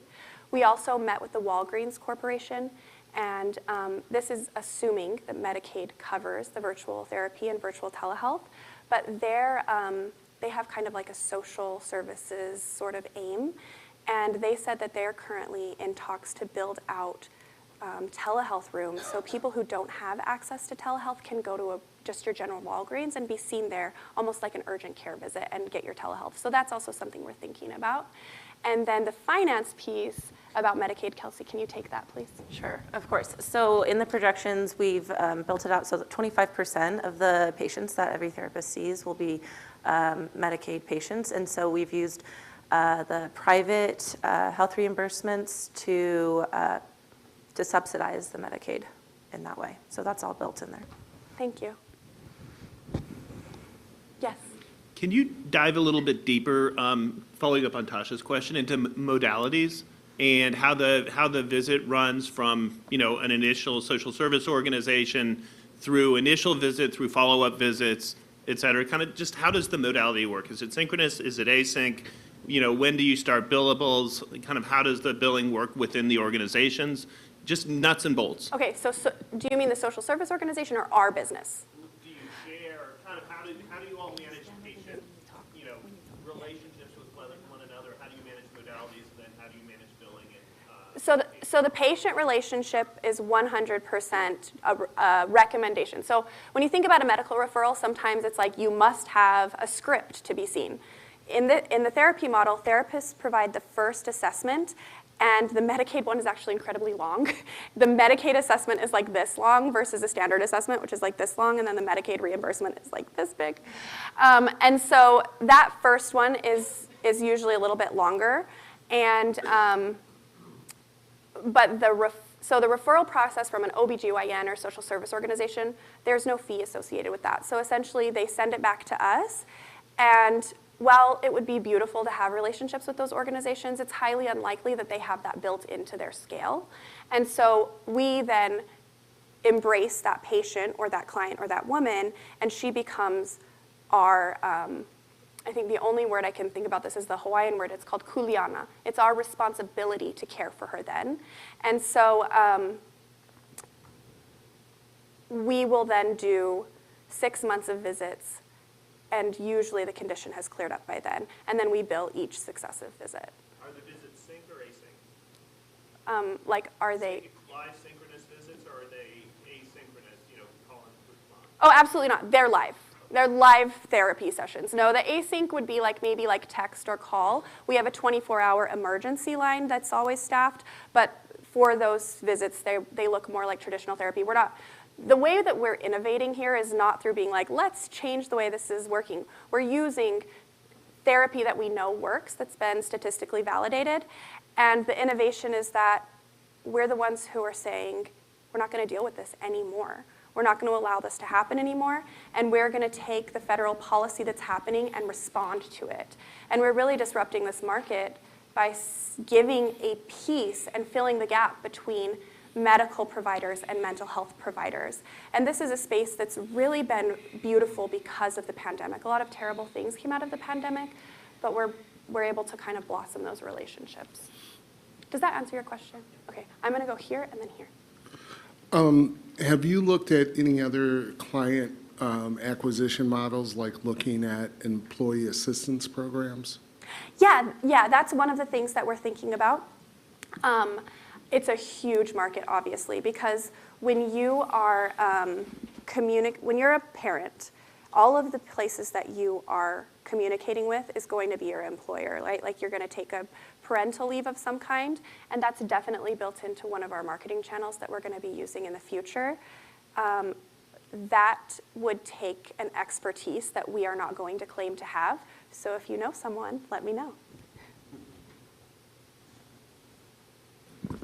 So what is the data on the actual impact of getting therapy versus not getting therapy? And so what is the actual impact of getting therapy? Do we know that? Yeah, we do. So I think I mentioned earlier in the presentation that you might know somebody who was really depressed and kind of got over it. This condition can resolve on its own over time. However, the effects are drastic. There's something called an adverse childhood experience, and having a parent with a mental health condition is an ACE, an adverse childhood experience. So that baby has now had a parent with a mental health condition for a prolonged period of time at the point in their life when they have the most rapid brain development. And those are days you don't get back. So urgent treatment is incredibly important, not only for the parent, but for the development of that child. Treatment is effective. People do get better with, sometimes talk therapy is all you need, sometimes medication is incorporated, and yeah, it does work. I wish I knew off the top of my head what those exact statistics are, and if you want to talk later, I can get them for you. How do you think about the diagnosis problem where, I may be one of the few in the room that actually does have a baby. I have a 9-month-old at home and have been in, the appointments where there's maybe one question asked by an OB and just have seen that a couple of times now. How do you think about that? Are you guys helping to kind of solve that problem, educating your customers? Yeah, I think that I like to think in my own mind, thinking about this problem, that especially for Black and brown women, if we can educate them to advocate for themselves and say, not that they need education, but just some support so that they feel confident in advocating for themselves. So that they can go in those doctor's appointments and say, you know, this is my sheet and this says postpartum depression. I have this. How can I get help? And I don't think women should have to do that. I don't think you should have to go into a doctor's appointment and say, I think I'm sick. And they say, well, we have 50 forms we have to give you, and it looks like you're probably fine. Also, like, you've been in these appointments, your baby's probably with you, and there's a diaper change continuum, and you may not get to that paper and just like filling everything out. So yeah, it is a problem. That's why Emma's on our team. So a lot of organizations, you know, you have a business and you run a business, and we're doing that.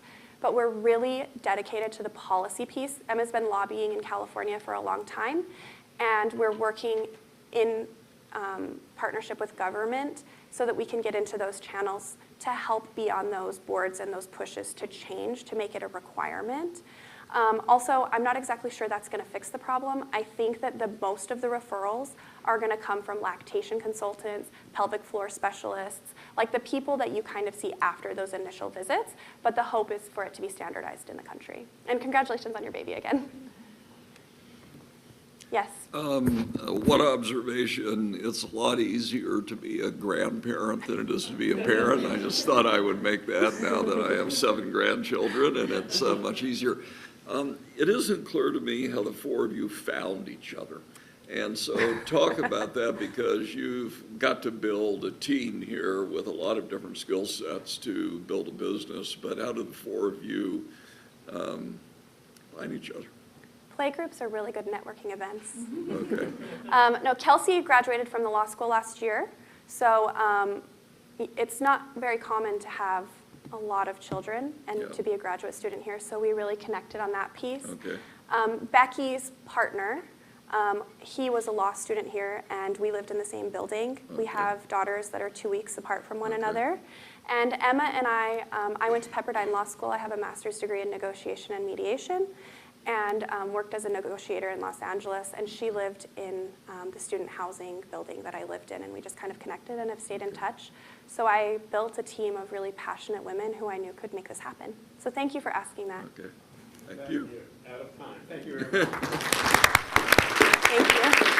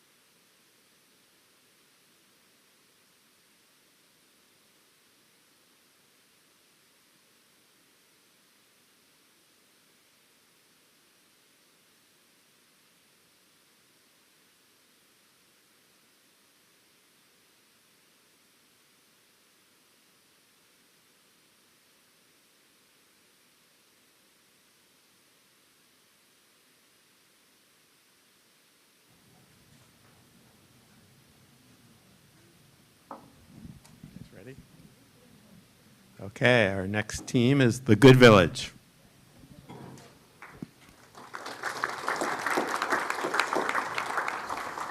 Good morning, everyone. Thank you for being here, and thank you for people joining online.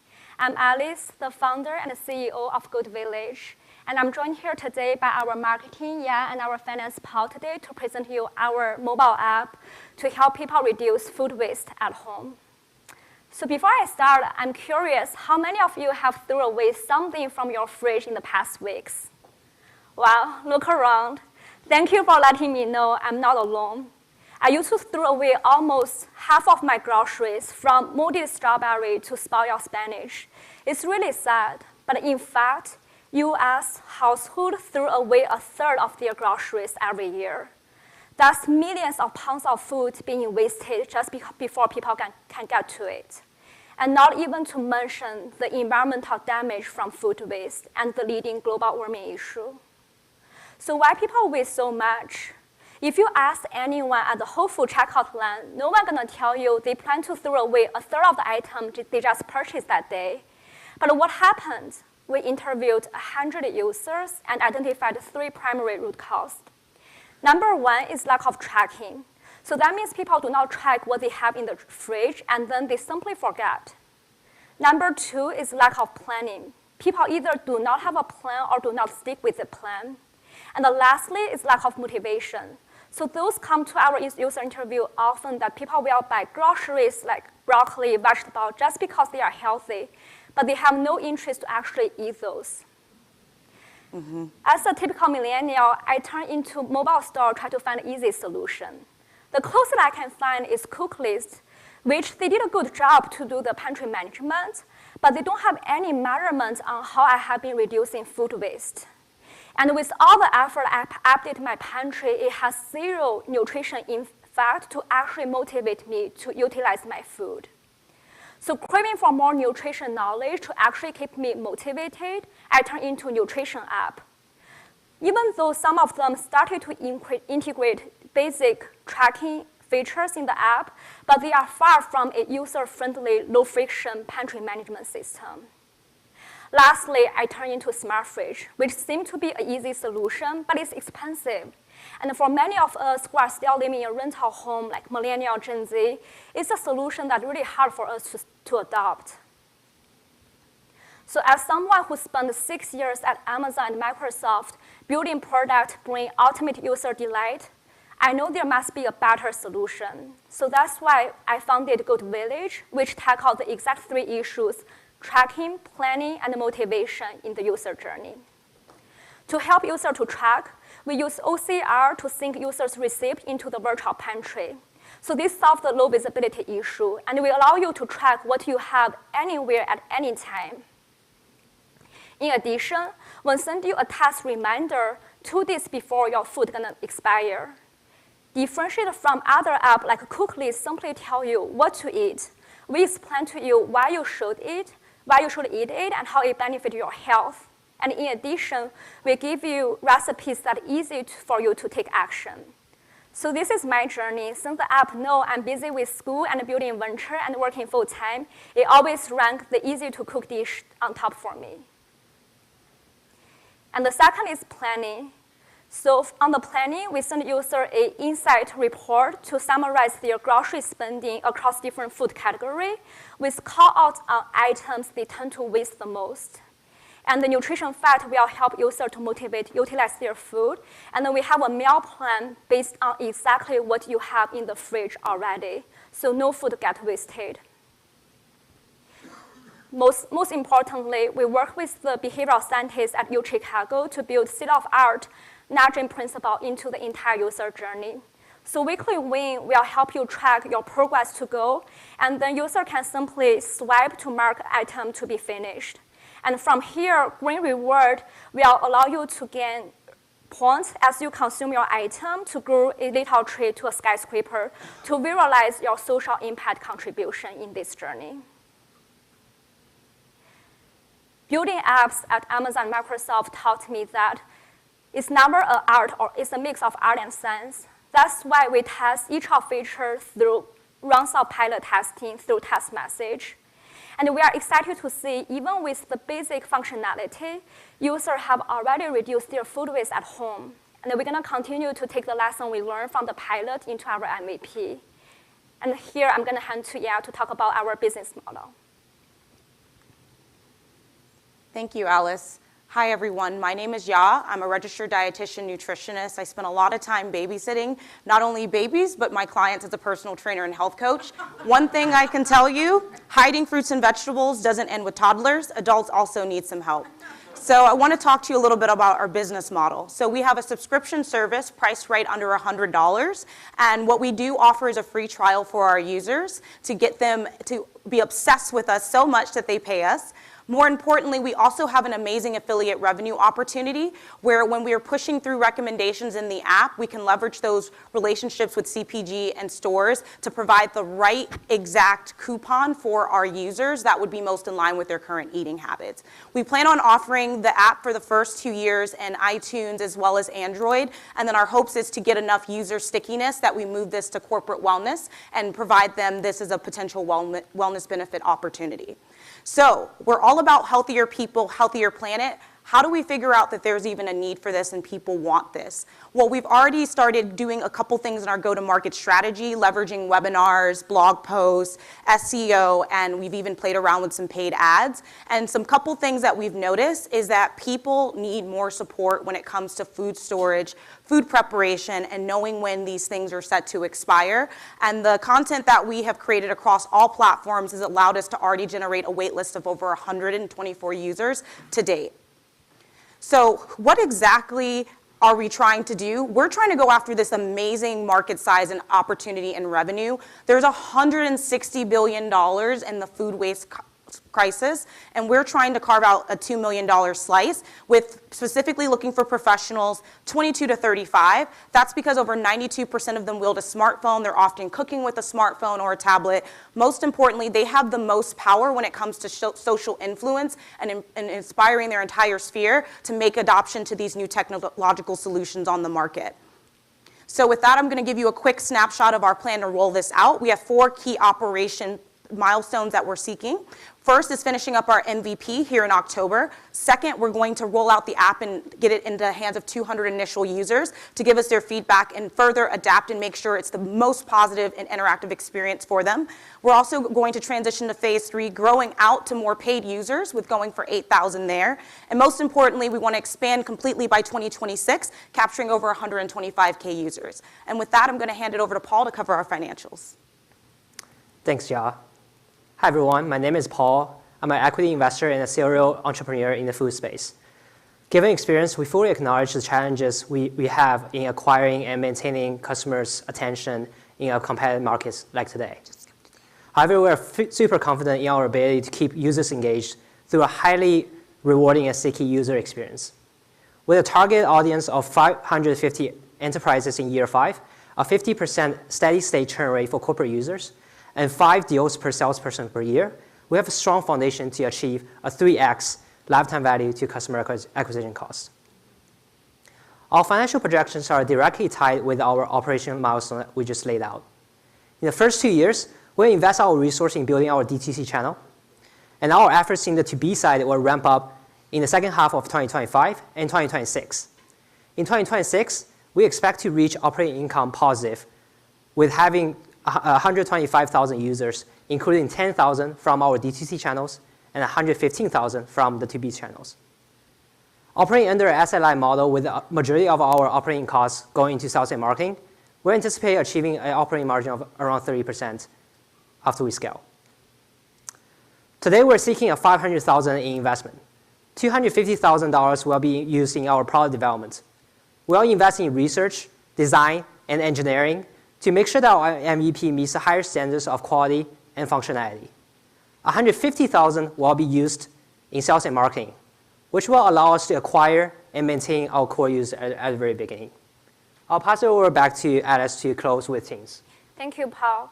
I know we just asked for money, so I want to quickly highlight what we have achieved so far. On the back end, we finished the building of the database for recipe reminder, integration with ChatGPT model, and also support OCR to support receipt from Mariana, Whole Foods, and Trader Joe's. On the business side, we acquired over 100 users organically, and we scheduled 8 CSR executive review in the following weeks to build partnership. With this team, we will continue to execute and deliver with our expertise in technology, marketing, and previous experience in food startup.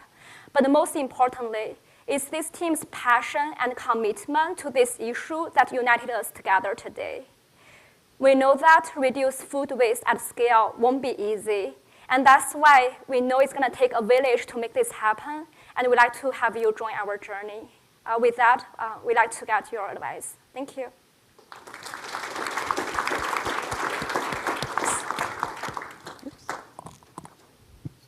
Please.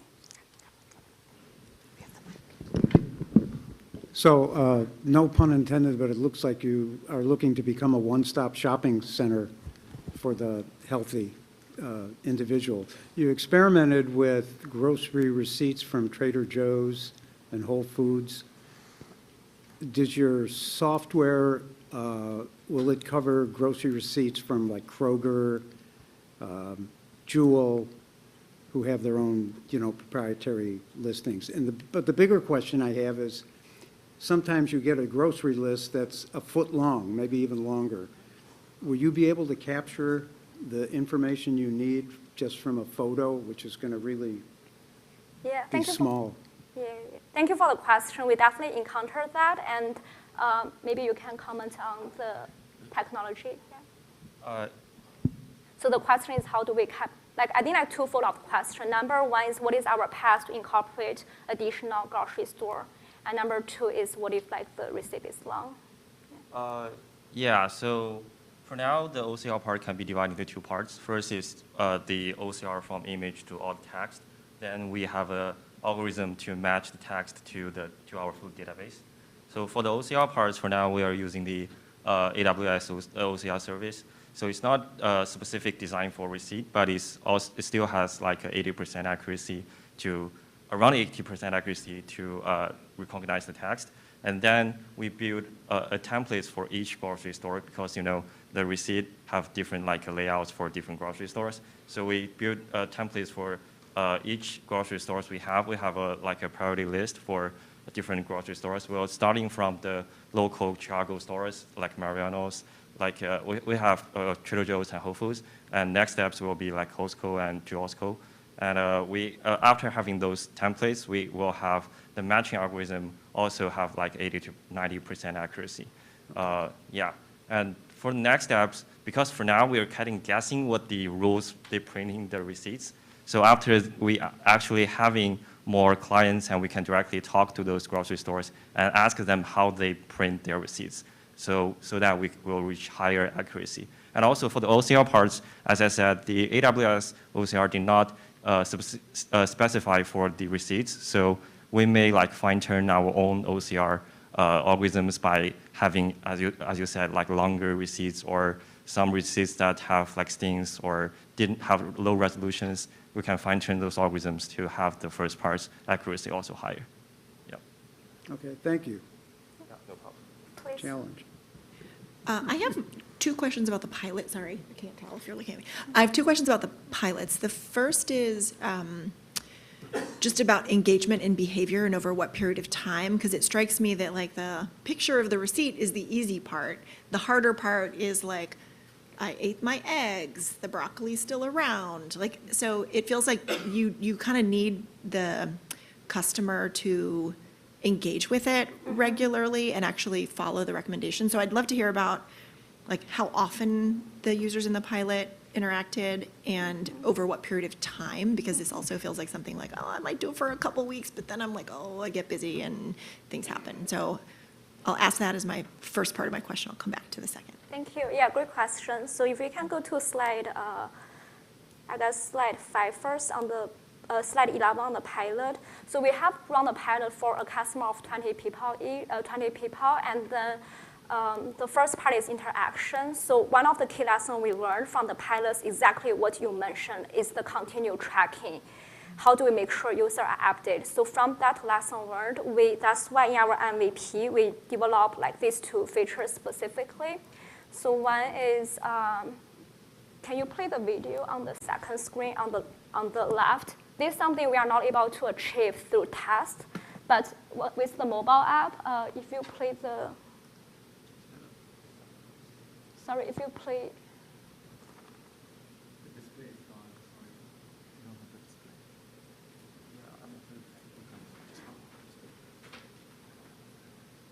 if you swipe on the app, I think it's not on the screen, and then you will be able to like simply indicate your progress with inventory, and you get rewarding point. So two things like features we build based on that insight is to make it user easy to swipe. I wish we can play that feature. Can you play the video on the left screen to show that visually how user can quickly update their pantry without like sending us any like text message? So you can indicate you finish it, and then you will get congratulations reward point. And that's the second piece is the gamification to motivate people to keep their pantry updated. Okay, so this will be tested in your next pilot? Is that how I think about this? Okay. Yeah. So we are not able to test it in the test specifically. Okay, and the second question was, did you test willingness to pay at all in the first pilot? Yeah, so we had like one-on-one follow-up interviews to understand people's pricing point. And then I think in our competitor slide, one thing we showed here is this is just the analog with what our other solutions is pricing. And the most importantly is the smart fridge is not going to adopt this specific demographic we are targeting. In year 3, year 4, as we mentioned in our rollout plan, we want to also work with like partnership and cooperation to have the reimbursement to make it even easier for users to adopt. Can we talk about competition? Because I just did a quick Google, and there's other pantry management systems out there, including Smart Pantry, which says eat it, don't waste it. Like, it's the same concept. So why is your approach different than the ones that are already out in the market? Yeah, that's a good question. So can we go to the slide 27? The reason we only put a cooklist app here because cooklist is in the space has the most user as for now compared to like shuffling smart fridge user. And cooklist is the app acquired about like 3 million, reached 3 million in 2021. How we differentiate is, number one is the eco measurement. So Foodlist is more like a function app, but it doesn't do any tracking, motivation, behavioral changing principle to really nudge the behavior of like your food management system. And then the second most importantly is, I have a simple example, like Cooklist will tell you, hey, you have a zucchini, you should eat it. But how do you feel if I tell you, you have a zucchini, it has vitamin C, K, boost your immune system, it's going to expire, so eat it before it goes bad. So that's how we differentiate with those apps, is we explain to you why the items benefit you personally and to motivate you to actually utilize it, rather than just nudging you, hey, you should eat this. And have you done any comparisons between, because I noticed you said of 80% of the 20 users had food waste reduction, but you didn't say how much. So have you quantified that? Yeah, so that's a good question. It's hard to quantify exactly. So in the pounds level, ideally we want to do pounds. So what we do is on the item level. So we ask them to take pictures on things before they throw away to the Why don't you just look at what's expired? Like, you know that, you have that data. We will have that data in our MVP through the app, but not easily through the test. Yeah. I see. Yeah. Okay. Yeah. So in our, if you go to the slide, slide 10, slide 9, please. Oh, this one, yeah, go back. This one, you can see like how we calculate their food reduction. So in this way, you can track overall, you have 330 items. 116 finished, so your waste rate is 35%. So this will help user to motivate, oh, this is my goal, and I want to get to 20%.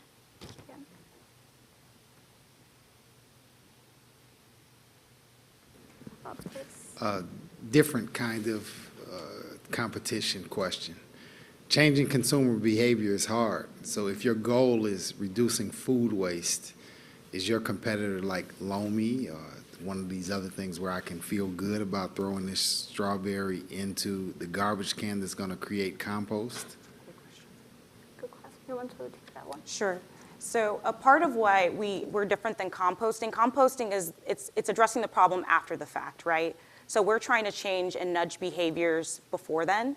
And part of what we already know is that people are buying the foods that they're most excited to eat. It's just out of sight, out of mind is typically the problem. So by being able to study their habits over time, we're then able to help them optimize their overall grocery list, thus reducing the need to even compost at scale, because there is a cost associated with composting, even on the delivery side. And places like New York City and San Francisco are getting charged significantly for picking up that type of composting. So we're looking to reduce the problem at the very start, which starts with helping people learn how to plan smarter, leverage and utilize and hide their fruits and vegetables more strategically with the recipes that we nudge and provide them. So we're really trying to get to the problem before that.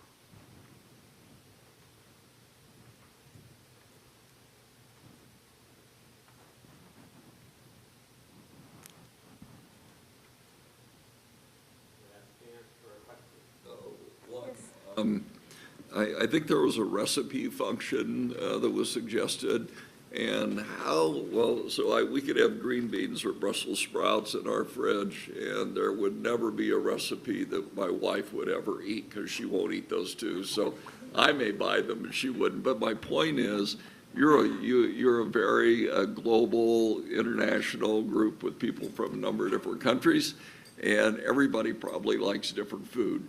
So is there a way to identify the kinds of food that you like, or how you would like maybe all 7 of you cook green beans or prepare them in a different way? So how do you identify what might be the way to cook something that would make it get cooked and used? Yeah, great question. Personalization is one of our core strengths here. So 2 things we do here. Number 1 is for user to onboard. We have a quick onboarding quiz that we get understanding of their preference, like their dietary. And then the second one is, since user onboarding the journey, we will have insight on what they tend to buy most. Like if we go to the recipe page, we will send them like different recipe in carousel, and then we are able to figure what works best for this user. So if we go to like tracking on slide 7,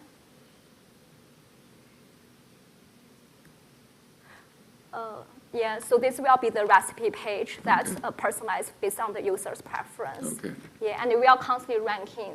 For this one, it ranked like quick, easy for me, but then for someone wanted to explore more chef-level dishes, it will be a different recipe. And does the app look at what food you have already that you might be able to, okay, so you're using what you have as well, okay. Yeah, exactly. Okay. Thank you for the question. Please. So for a lot of families, there'd be more than one person going into the fridge or the pantry to get stuff. So how do you deal with multiple people and their multiple devices? Yeah, so each account can support up to 5 members. So you will also share the access to the same account and with the single access to the pantry, with the same access to the pantry. And actually saw one of the tracking issue because I'm not married yet, but I'm assuming sometimes husband will buy something we already have in the fridge already, and you couldn't check. But with this virtual pantry, everyone in the household know exactly what we have. Thank you very much. Thank you.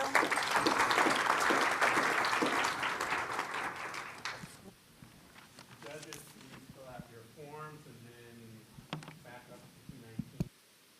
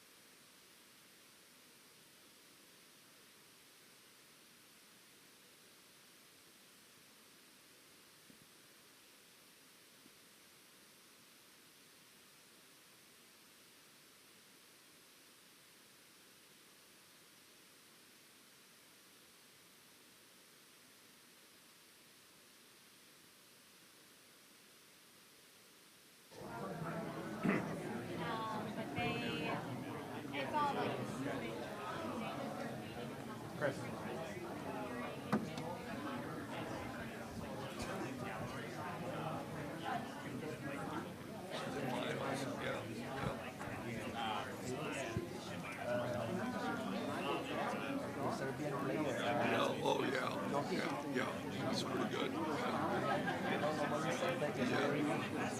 Like, what are you most excited about recently? Oh, it's hard to pick a favorite. I'll tell you.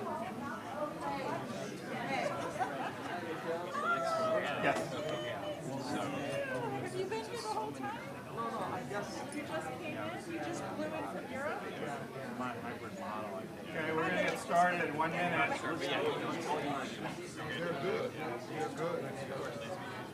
And they're the right size.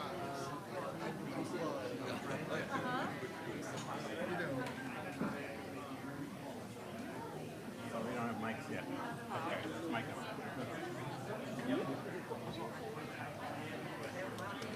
I did tell Mark.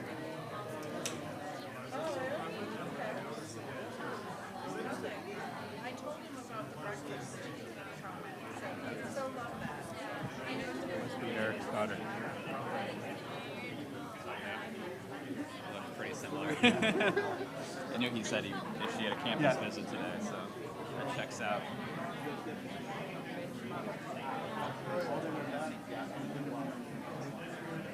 Yeah, here it is. Love that. All right, well, I'll give him the Netherlands feedback.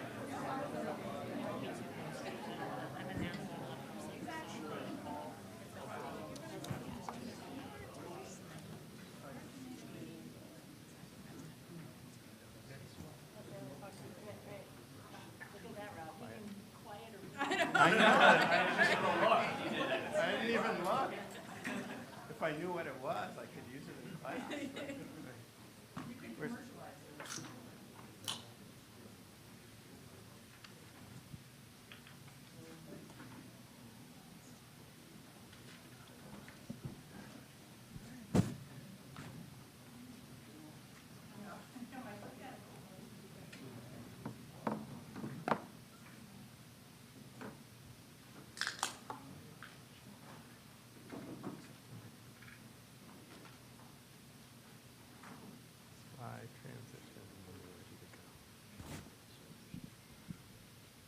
Okay. Welcome back, everyone. Our next team is Period. Thank you.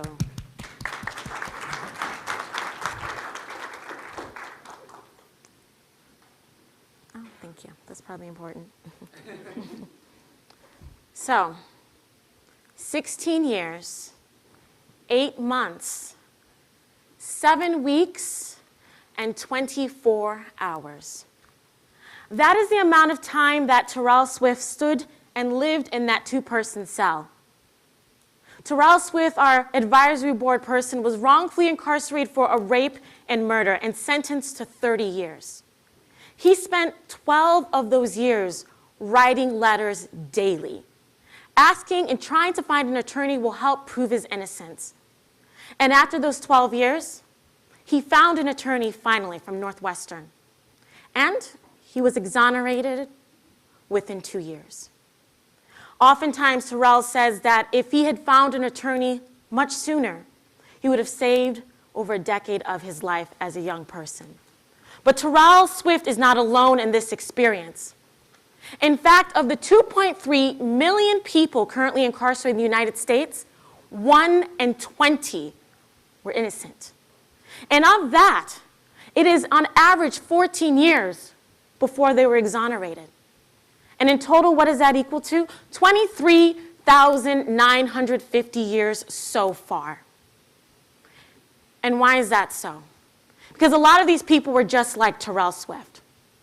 The primary delay stems from trying to find an attorney, and the reason being is they rely solely on postal mail in every single prison in the United States. They use postal mail just trying to find an attorney, cold calling. There was an example actually in Missouri in which the person wrote a letter to every single person in the bar book in that state. Postal mail to finally an attorney to let them know they will take on their case. Postal mail to ensure that they're sending the exact documents they need to review their case, and postal mail for every single legal proceeding through that process. And as an attorney, I know that takes years. And what does that look like?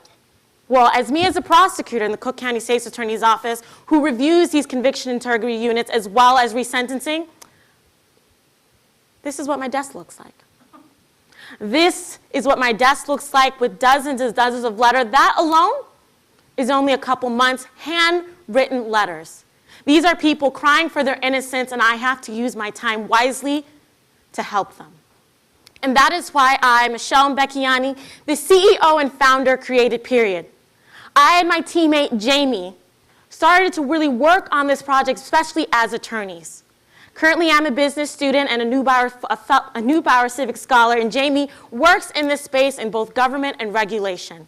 Period is a SaaS platform, tech-enabled for legal correspondence that matches attorneys and cases with people in prison. First of its kind. So how do we do this? We are connecting people in prison, but specifically addressing the issue with letters. Processing letters, reviewing letters, and documenting letters. Instead of having to go through those letters to see who needs help, our platform, which is actually will be finished end of July, fully paid for, allows them to see every single person that seeks help with their own profile. And this profile is very important because as an attorney who has to read these cases, while I'm reading letters, what information is relevant? How do I identify them in the court system? There are a lot of Michael Smiths. Well, that's where we have that. We ask them to tell us about their sentence, what jurisdiction they were in, who was their judge, is it federal, is it state court? What are your claims? Again, we want to know how the attorney can best help them. And that's where we have this. There are so many grounds for wrongful convictions, whether it's a false confession, professional misconduct. And finally, as they're making the decision whether to take this case, I've been told so many times by those who are incarcerated for at least 2 decades that the hardest part to keep hope is the waiting game. Did they get my letter? Are they going to get back to me? Where am I in the process? And that's why we created this. It tracks if your case has been received, whether it's been approved, and whether they're going to reach out to you. And when they finally decide to match, when you finally have that attorney, no longer do you have to go through letters and expensive phone calls. We have secured messaging function where you can both attach documents and speak to their clients. Attorneys can speak directly to those who are incarcerated on this platform. Now you're thinking this sounds great, so how are we going to get laptops in prison? It's a bit serendipitous, honestly. Currently, President Biden, for the first time in a long time, has brought back the Pell Grants, which will start July 2023. Now, as we learned, these facilities do not have the physical capacity to give every single person in prison a college education. So that's why states like California currently has already deployed 30,000 personal laptops to the individuals, as well as having Wi-Fi and VPN network throughout the whole facility. We're going to leverage that and tag on to these individuals having their own platforms and Wi-Fi. So how do we know we need this? How is there a market? Well, I'll let you know this. I don't know if there are any people that federally clerked. I heard there is. That of the population of those who filed a petition in federal court, the Court of Appeals only, alone, 25% came from people in prison. Many handwritten. We have a sizable portion, and these people in prison need an attorney but do not have them. So let me talk about the attorneys that do this work, because there's a variety. Well, you have people like me, prosecutors. You also have people in legal aid, which I've done as well, who look at these cases and decide to take them on. You have university of clinics like the Exoneration Project at UChicago, as well as private civil rights firms and pro bono law firms. So why would they want this? Well, I'll tell you why. As someone who has to be cautious with that time, I say time is money, but in this situation, I say times is money. Because the amount of times I have to read letters takes away from the amount of times I can assist someone with their case. In this situation, prison, how many times do they have to pack a letter for people? How many times do they have to deliver a letter to every single client? How many times do they do this with a 21% vacancy in prisons across the country? Legal aid, how many times do we have to hire a paralegal just to photocopy and type these handwritten letters plus case management? Prosecutors, as I've said, how many times do I have to read those letters? On such a time-sensitive matter, civil rights firms, the very same thing, as well as pro bono attorneys. But most important, the people incarcerated. How many times are they going to miss their children's birthday? How many times are they going to miss funerals? How many times are they going to miss some of the milestones that we take for granted so often, like college and weddings? We even have a testimonial from one of our advisory board chairs talking about this issue in correctional facilities, that the mail is not delayed by days or weeks, but by months. So I've told you about the value of this time, and that people will pay for efficiency because they care about these cases, and prisons will take on this platform because they're limited in labor. But our paying customers in this situation are the people that are most passionate, attorneys. And so we have made it for small organizations to up to larger organizations with this licensing and a subscription-based model. And these are our average contract size going up to $300,000. So that seems like a pretty large number. But let me give some context. While almost $24 million seems like a very large number, Terrell Swift's case alone, $33 million settlement. That's real money. And so how can we use this platform to prevent those types of settlements by getting people attorneys faster? Net worth. You say your network is your net worth. So typically there's this big go-to market, but already in the past 2 years, I've been able to connect with both prison facilities and prosecutors' offices, a network of at least 50 progressive prosecutors, and I actually have my great advisory board member, Nneka Jones-Tapia, Dr. Tapia, who was the warden of Cook County Jail. Together, I worked with her for the first time in history to put voting machines in our jails so they can vote in person. As well as I've passed legislation on a state level, so I've worked with people across the country, not just to pass legislation in Illinois, but other states have modeled after our language. And I know how to advocate and work in prisons and operations. And because of that level of credibility, I have access to this network and have demonstrated already. Our team also includes Jamie. As we know with government, there are a lot of regulations, and she knows how to lobby. She knows how to get these bills passed to ensure that we're creating an infrastructure and a budget line item in appropriations to ensure that we can provide this for the government attorneys. As well as we have Ashwin. I actually worked in an office with him, and he has a lot of experience of navigating data sets specifically in the criminal justice system. Then me. I graduated from the University of Chicago Law School in 2014. As I said, I've made history twice with legislation addressing this population. I am the senior advisor in the busiest courtroom in America and have worked to implement bail reform, both on operations and strategic level. And then I told you my advisory board. We're heavy with national leaders in corrections, as well as national policy people on the Innocence Network, as well as attorneys at universities. Laura was actually the attorney for Brendan Dassey in Making a Murder. And then we also have Terrell Swift, which was so important for me to have him the head of our board. And then we have Dr. Amy Lopez, who was appointed by President Obama to head the Bureau of Prisons for the first chief administrator for education. So what have we done? Well, bootstrap. I've always been a scrappy person, so $30,000 on my very humble government salary. That's why it's taking me a fair amount of time, but also working to ensure that I have put an infrastructure in place. We're having MOUs to create these partnerships. And specifically for testing, this is an area where we cannot mess up. So we're asking for $250 to ensure that we can do testing in Cook County. I want to end on a final note. Now, I have a very big day tomorrow. I'm actually doing a resentencing hearing for someone who's been in prison for 20 years, and I've learned the importance of time. The time I use on this is also time away from bringing someone back to their house, to their families, to their kids, and I'm anxious about that time. And so that's the value, the biggest value of period.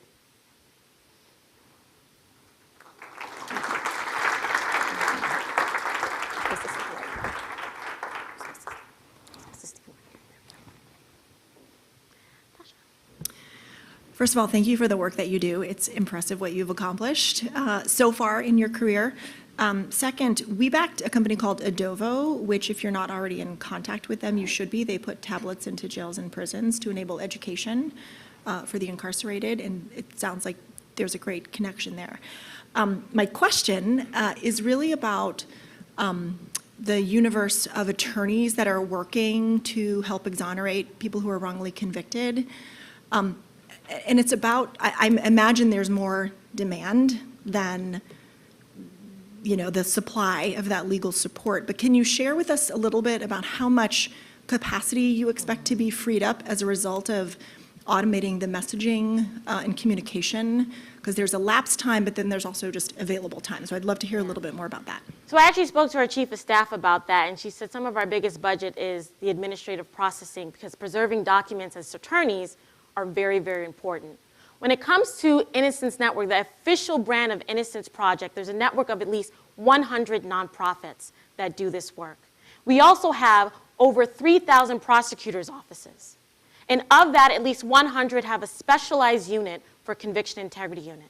Last year alone, 121 exonerations occurred through the collaboration of both Innocence projects as well as CIUs, conviction integrity units, collaborating together. So there's already this platform for us to collaborate, but the biggest component is when you have two organizations communicating with each other, how do you preserve the documents in that space? And then also for the need for prisons, our biggest thing is with a 21% vacancy, they cannot compromise their mailroom. So what Philadelphia does, they actually send all their mail, those prisons, Pennsylvania sends their mail to Florida. A company scans it and then sends it back to the prison because of the concern of people smuggling drugs on paper. And Cook County sheriffs are also trying to do that right now. Does that answer your question? Is there additional? Yeah, I mean, I think what I was Sorry. Not, I'm like, Mike, oh, Mike had a question. Oh, no, sorry. I think my question is, if I'm a lawyer working with this population, like how much of my time gets freed up? Like I understand the elapsed time, and it's crazy that mail goes from Pennsylvania to Florida. But like how many more people might I be able to serve as a result of just having the efficiency of your platform? I think it would actually be how many less people you have to hire. So as an attorney, you want to save my hours for substantive legal work. But if I have to spend time responding and reading to letters, that takes away from me showing a constitutional argument of ineffective assistance to counsel. That is substantive work. But instead, I'm doing work that honestly can be replaced by technology, as opposed to bringing on additional employees, plus which, as we know, includes benefits with a limited budget. Hi, thank you so much for everything you're doing. Incredible. Just a point of clarification, because I'm not really in this business, but tell me a little bit more about the laptop adoption inside of the prison system. How long will it take to be fully adopted? And sort of where does your solution take off from there, if that's sort of the new steady state of having that ability? At least I imagine they're going to have email ability at some point. So actually, the rollout will actually happen July 2023, but California has already started. The great thing is the FAFSAs were due in October of 2022. So they know how much money that they're coming in. And so what we're seeing specifically, I actually did a demo for the state of California as well as their head of technology and legal team. As the rolling's on, I have to latch on early. I have to present my product, so when they're rolling on, I want it to be a staple product similar to how you have Word or PowerPoint on your tablet. So that's my primary goal, is really identifying which locations, and as you brought up Adobe, actually APDS is actually another huge tablet provider for correctional facilities. And Dr. Amy Lopez has been a critical component because as a chief administrator for education programs on the federal level, everyone answers her phone call for business. So how long until there's laptops everywhere? Laptops everywhere, I honestly couldn't tell you. Because it varies by state. You know, some states are more enthusiastic. We're in California, you know, they're big on rehabilitation and connecting it to education. But in some states, they have to make sure that they have the infrastructure to provide that level of internet. So for what my responsibility will be, as well as a team, is to monitor where states are in the process. And the great way of doing that is follow legislation, follow bills, follow budget items, because all of this is information that a General Assembly has to make decisions on. So as a follow-up to that question, how dependent are you on these laptops, you know, being distributed? Because I think it's going to be very state by state. Yes, it'll vary state by state, but the great thing about computers, it would be not as effective, but they have law libraries. And so people have, for the most part, have access to one computer. Ideally, it would be better if everyone had access to a computer, but a lot of different jurisdictions in those states have those computers just for legal research because that's what they are entitled to as individuals who are incarcerated. But again, it really comes down to monitoring to see what states are actually taking this opportunity. And the great thing about, you know, Pell Grants, it's free money. You it's free money, more access to universities. And so really tagging on to people who value education and then insert my place in there.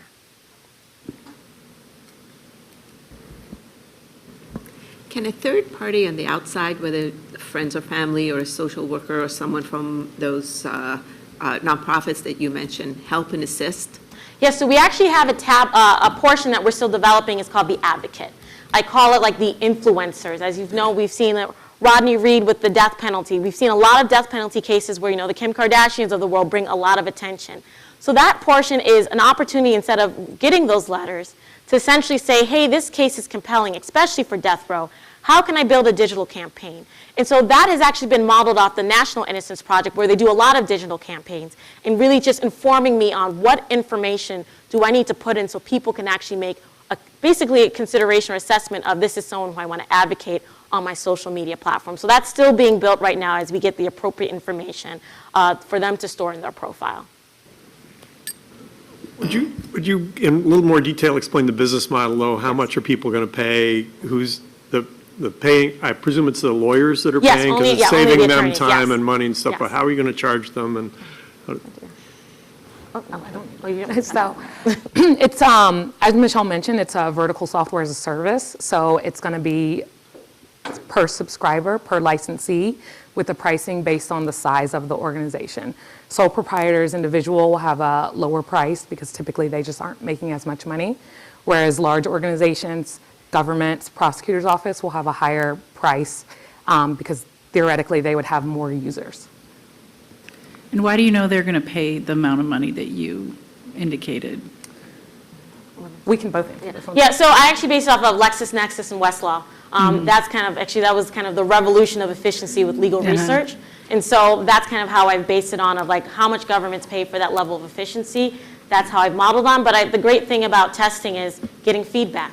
If we're finding that in certain jurisdictions it's not worth it, how can we adjust? And that's why we want to start small to see what the response is going to be before we try to expand. And why did you choose to be for-profit as opposed to not-for-profit? Well, for sustainability. One thing I've noticed specifically in government is nonprofits get cut off first. I find that when you have for-profits on a budget line item, they tend to stand more frequently because it feels less of a charity as opposed to a central part of what you do for you to do your job.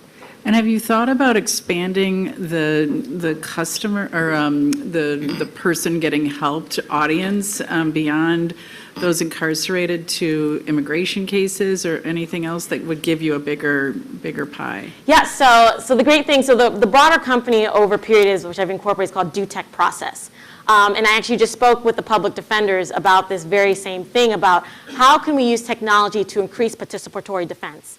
One of the things that we hate is, I hate it, is having to tender discovery, which leads to a lot of it leads to getting in trouble, Brady violations as we like to call it. And so if we can find a central way to digitize information as opposed to me as a prosecutor typing everything up, printing everything out, and going upstairs to give it to the public defender, scanning it into a central location, as well as for them to communicate with those who are currently in Cook County Jail to share that information so they can participate in their defense for these really major cases. So that's actually a national movement to how can we have participatory defense, and in that coalition, I've just been getting feedback from public defenders, actually 2 days ago, of what they want that to look like. So really being informed by practitioners.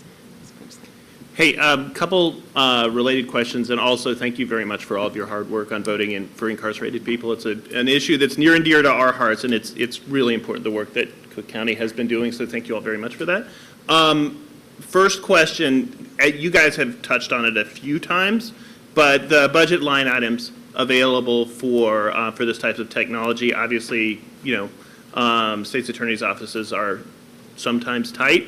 But you were close to that process. What is your sense about availability of budget line items, and what's your sense of availability of sole source procurement, and particularly fitting within small procurement windows for that? So I cannot say what our I know how much it is. We have a program with Microsoft that actually has digitized the information with the jail population. So every single morning I get data on the jail. And so I know that contract, and I can just say it is for, I would say on average, one tech initiative in our office is at least $2 million. $2 million a year, yeah. Follow-up question, marketing to private firms, particularly sole practitioners. My brother is a criminal appellate attorney, and one of the challenges is that that's a lot of little people around the country. How do you think about handling that challenge? So my biggest thing is really target first the civil rights private firms. And so remember I brought up the $33 million settlement. So prior to you settling with the city and you get your certificate of innocence, you have to have an attorney to help exonerate you first. And so we're seeing a lot of different private firms partner with nonprofits. So Lovey and Lovey, a really big one, they actually have not a formal partnership, but a lot of their partners also work at the exoneration project. So while they don't lock them in, it's this person has worked with you, has all the information on your case. So it's likely that you're going to go with them from your civil case, and the standard rate is 33 1/3 of a settlement amount. That's pretty standard for the plaintiff's bar. Oh, sorry. Yeah. This topic is near and dear to my heart. For nearly 10 years, I drove the children of 2 women who were in Dixon State Prison for murder. And by having a good relationship with the then governor of Illinois, I was able to get both of their sentences reduced in one pardon. But you're not talking about sentence reduction at all for someone who was guilty, and I wondered if that's part of your plan as well, because a lot of people have been in for a long time and seem to have learned a little bit by being in prison. So I wondered if you had considered doing that also. Yes, so we actually have different forms of relief already incorporated. So the term I've been wanted to use post-conviction relief, but I've been advised not to. But so one of the actual parts of when a person in prison is making their profile is what type of relief are you looking for? So there's clemency, which, as you know, there's a huge backlog in clemency. Then there's certain states where you can do parole. I know Illinois doesn't have parole anymore, though they're trying to bring it back. You have the governor's pardon, and then we'll also have resentencing. The great thing about resentencing is that's popping up. So in Illinois, we passed it in 2021, and we actually wrote that law. And it was actually connection with a nonprofit for the people. Minnesota just passed resentencing laws, Louisiana, and so forth. So as we're moving into increasing a variety of forms of relief, that also gives us an opportunity to increase the people on our platform. And one of the ones I really, really like to hone in on is we threw it, 214.01, is basically for domestic violence cases. So women who have committed acts of murder, if they have an opportunity to come back into court, show that they have been abused by the person that they murdered, and that's exactly what these two were. Yes, and that passed in 2018. That was 2018, I'm pretty sure, because we helped with that as well. As a starting point, in different states, now it's a lot of states you have to deal with.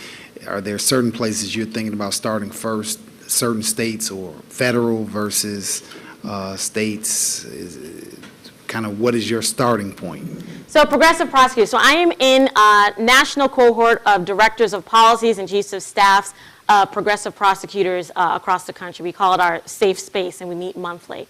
And so that's how I've been leveraging those connections. So I want to start in Philly. They actually have a meeting with their supervisor of the Conviction Integrity Unit about this platform. Their chief of staff loves it because they have that issue with Florida. Obviously, Illinois.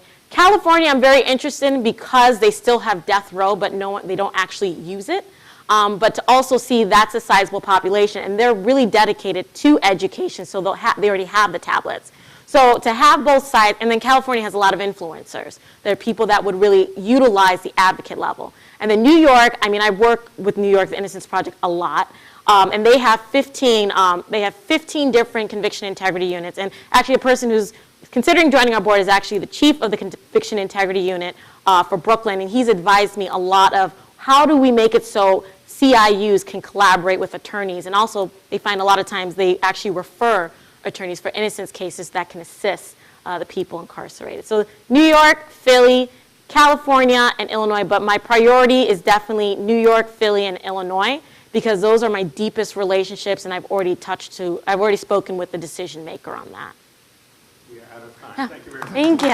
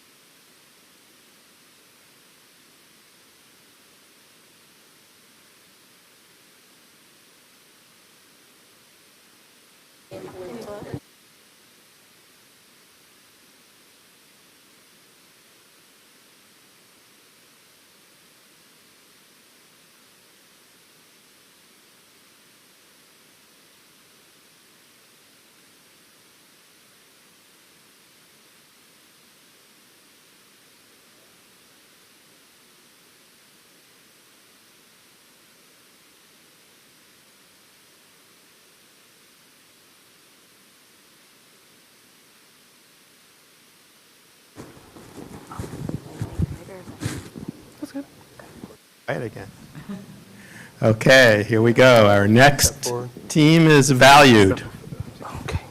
Hi, everyone. Thank you, thank you. Thank you. I'm Michael. This is Sarah, Hyder, Fazé, oh, Hyder disappeared, Fazé, and Paul. And we are Valued, a platform that helps business owners sell their businesses to their employees. Meet Jamie. She owns M&H Foods, a food processing business with 53 employees that's a fixture in the community. They support the businesses around them, the local chamber. They sponsor rec leagues for kids. And when you say 53 employees, what that actually means is hundreds of people depend on this business to keep a roof over their heads, to be an engine of opportunity, not just for them, but for their children. The thing is, Jamie can't do this forever. Like a true business owner, she's been running herself ragged for almost 30 years, always on call, always working, the weight of it always there. Now that can be exciting for a while, but it takes a toll. Jamie's ready to retire. She's earned that. Like a majority of business owners, though, Jamie doesn't have a succession plan, no family member who wants to take over. That leaves her to try to sell her business, and she discovers that that market is complex, opaque, and inefficient. The prices business brokers charge are all over the map, and their success rate is low. Only 5 to 15% of businesses listed with brokers will ever sell. So here are Jamie's options. She can list with a broker, and maybe she's in that magic 5 to 15%. Or she could sell to a strategic competitor or private equity buyer, leaving the jobs of her employees and even the location of the business in question. Or she could end up where many business owners have unfortunately landed, closing the business, trying to sell the assets to see what she can get for them. A lifetime of work, a legacy, sold off for parts. What does this business closing mean to Jamie's community? For her customers, her suppliers, for her employees and their families. It's crushing. It's a gut punch to them and to the whole community. And that's the last thing Jamie wants. But there's an option Jamie has that she's probably never even heard of. She could sell to the very people who, next to her, know the business best, the workers who helped her build it. Now, I want to emphasize that she doesn't have to care about social impact at all to do this. This option can allow Jamie to sell her business at a market rate and maybe do even better, thanks to the tax benefits that selling to employee-owned entities can carry, potentially allowing her to defer or eliminate capital gains taxes on the sale. Of course, there's also her legacy. We'll talk more about the benefits for employees in the business, but the simple fact is that by doing this, Jamie positions the business to continue to grow for the long term and gives her employees a rare opportunity in America today to be an owner. So you might wonder how we find owners like Jamie. We're going to start by building relationships with the people that business owners themselves already trust and work with. Their accountants, attorneys, bankers, and other professional advisors. We'll reach those advisors on a large scale through their professional associations, and we'll capture warm leads through those channel partners. We'll meet business owners through the trade associations, business clubs, and conferences they already attend. And that's not to mention our own deep personal and professional networks. We'll complement all of that with cold outreach to businesses in our target sizes and sectors, starting in Northern Illinois. And we're going to test these strategies over the next 3 months, quickly gain market feedback, and we'll refine the process. But no matter how an owner like Jamie connects with us, her journey starts with a free consultation to understand the various forms of employee ownership and whether her business is a good candidate. Jamie then hires us to provide her with an in-depth valuation, and we walk her through the report. Once she's convinced, which she will be, that she can sell her business at a market rate and feel good about the benefits that she's providing to her employees in the community, Jamie will sign a business broker agreement with Valued, and we'll match her with the capital partners in our network. All told, that takes just 6 months from that first consultation for Jamie to sell her business. But that sale is not where our work ends. Unlike most business brokers, Valued will remain engaged with the business to ensure a successful transition that positions the firm for future growth and empowers the new employee owners. Now here's an example of how a deal might be structured. Crucially, the employees don't contribute the capital. The transaction is funded by debt and paid off by future cash flows of the business. Let's look a little closer at the wealth created for employees through a deal like this and the social impact of employee ownership. Business ownership is a known driver of wealth in America. Over 3 million business owners nationwide are going to retire in the coming years, and that opens the door to ownership for those who never dreamt it possible. Employee ownership grows wealth for everyone. The whole pie grows. On average, a single employee owner's wealth is 25 times greater than that of a single worker. And employee ownership grows wealth more equitably. It increases for some employee owners, multiplying for people of color 160, 600, even 1,400 times what it was as a single worker. And that brings them more in line with white peers. And longer term, as these employee owners invest their wealth and their wages directly back in their communities, ripple benefits of higher quality public education, greater health access and equity, safer, more peaceful communities, all follow. And in just 6 years, we are going to create $100 million in wealth for 20,000 employee owners. Our market is two-sided, businesses and capital partners. We'll initially target U.S. businesses in 5 industries that have high interest from capital partners. Our focus will be on businesses with market values between $1 and $25 million and with 10 to 100 employees. In all, there are around 580,000 businesses with these attributes that could be a good fit. On the capital side, we have built relationships with 8 capital partners and have 8 more that we're working on establishing connections with. Beyond that, employee ownership is moving mainstream, with over 50 firms already investing in employee ownership deals. This is catalyzed by a series of high-profile recent successes from firms like KKR, who have helped to prove to the private equity industry that employee ownership drives returns. State and federal governments are taking legislative and regulatory action to further incentivize employee ownership. This sets the stage for even more capital partners to participate in these types of deals. Here you can see the types of employee ownership that are typical based on business size. Different types of advisors focus on different segments of this market. Valued will focus on small to medium-sized businesses. This segment is underserved by current sell-side advisors, generally brokers. There are market forces that incentivize high-quality advisors to pursue larger and larger deals.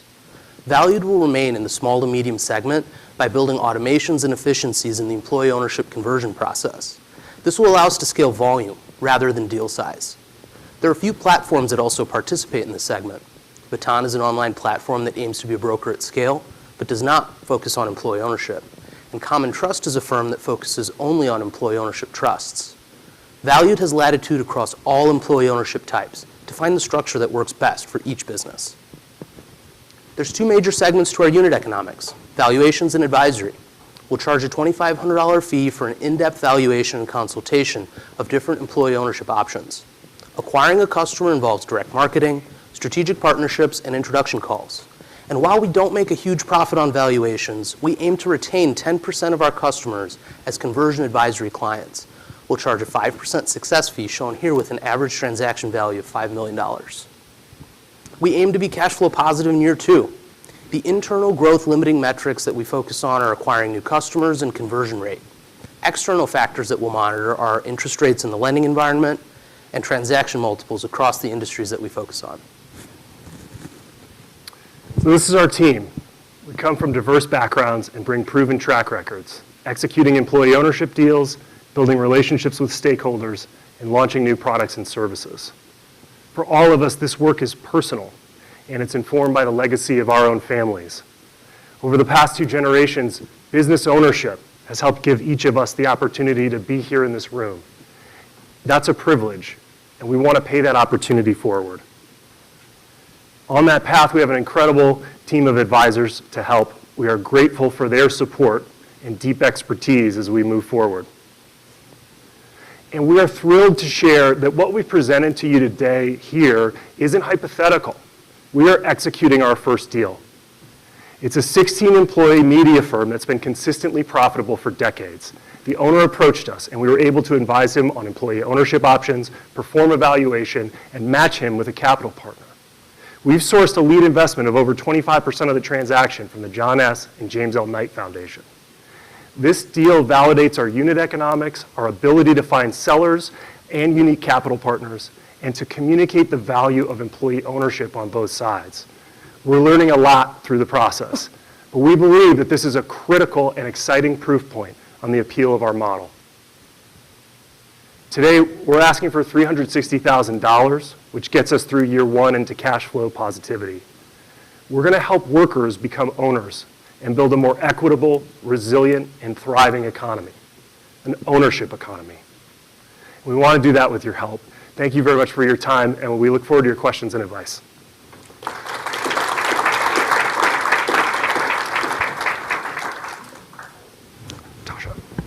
Okay, yeah, I get to go first because Impact Engine's logo was on your slide. Yes.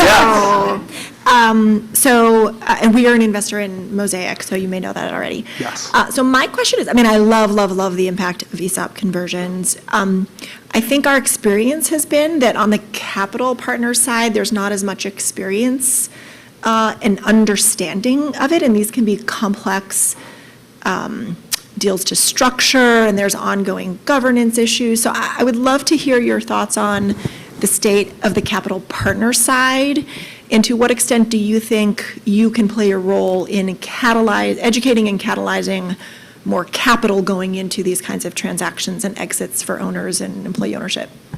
Yeah, well, that's a terrific question. And first of all, I want to thank you for your support. You're one of the people that is making this idea even possible out in the marketplace. It is absolutely the case that these are like a bunch of new funds that are springing up, and we're anticipating that we're going to see more. We actually have seen some federal legislation that was proposed on a bipartisan basis that's going to help encourage even more of these types of funds. It's absolutely right. I mean, we're starting with these 6 capital partners. We're going to work with them. On our board of advisors, we have some heavy hitters that have M&A and ESOP experience. But I'll also say the universe of employee-owned companies is more than ESOPs, and that's something that we're very into as well. Employee ownership trusts, worker cooperatives. There's a lot out there, and there's a lot of flexibility. So you're absolutely right. I mean, there are technical challenges in all of that, and we're hoping to work through that, but also these other forms. Rachel. Two-part question. The competitor that already is in the space that's only focused on employee-owned trust, why is that? Why are they only focused on employee-owned trust? I'm not sure, to be honest. Mm-hmm. I think that first of all, I really admire what they're doing. I think they're like market leaders. It's just a really small emerging field, right?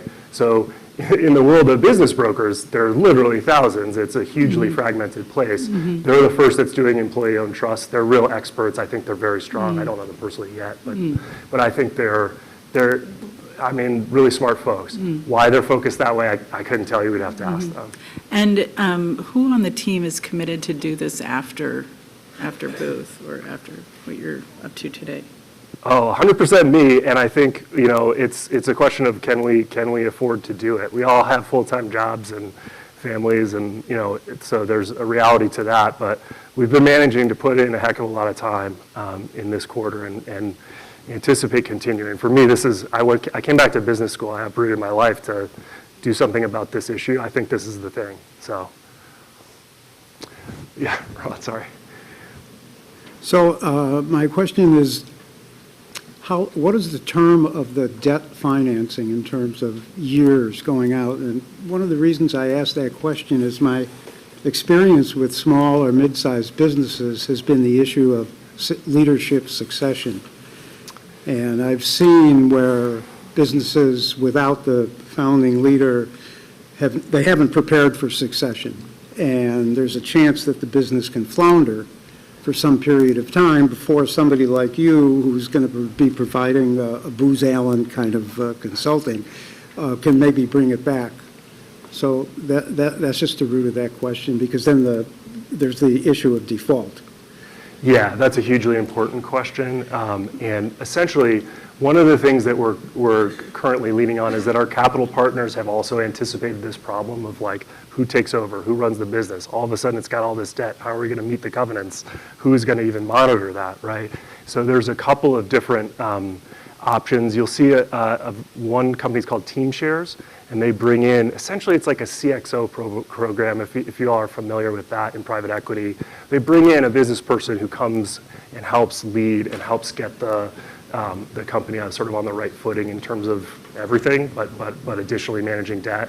And then also that's something that we, I think, are strongly considering internally. We're trying to figure it out even with our first deal. Yeah, that's the expense though, you know. Yeah, yeah, absolutely, absolutely. Thank you. This is one of the largest problems that exist with the businesses that were created by a lot of baby boomers and now transferring them to the next generation. Some of the problems are, though, is exactly what's created within these businesses. They're great little businesses. They have great cash flows, sometimes several $1 million a year. But so much of their existence is locked in to the original owner. And that transfer has been, I think, the biggest problem, as well as some of the structures of using ESOPs, which sometimes then just transfer the debt burden to the employees to where they're not capped. The continuing consulting and business coaching that's needed is critical for this to even come to be able to work.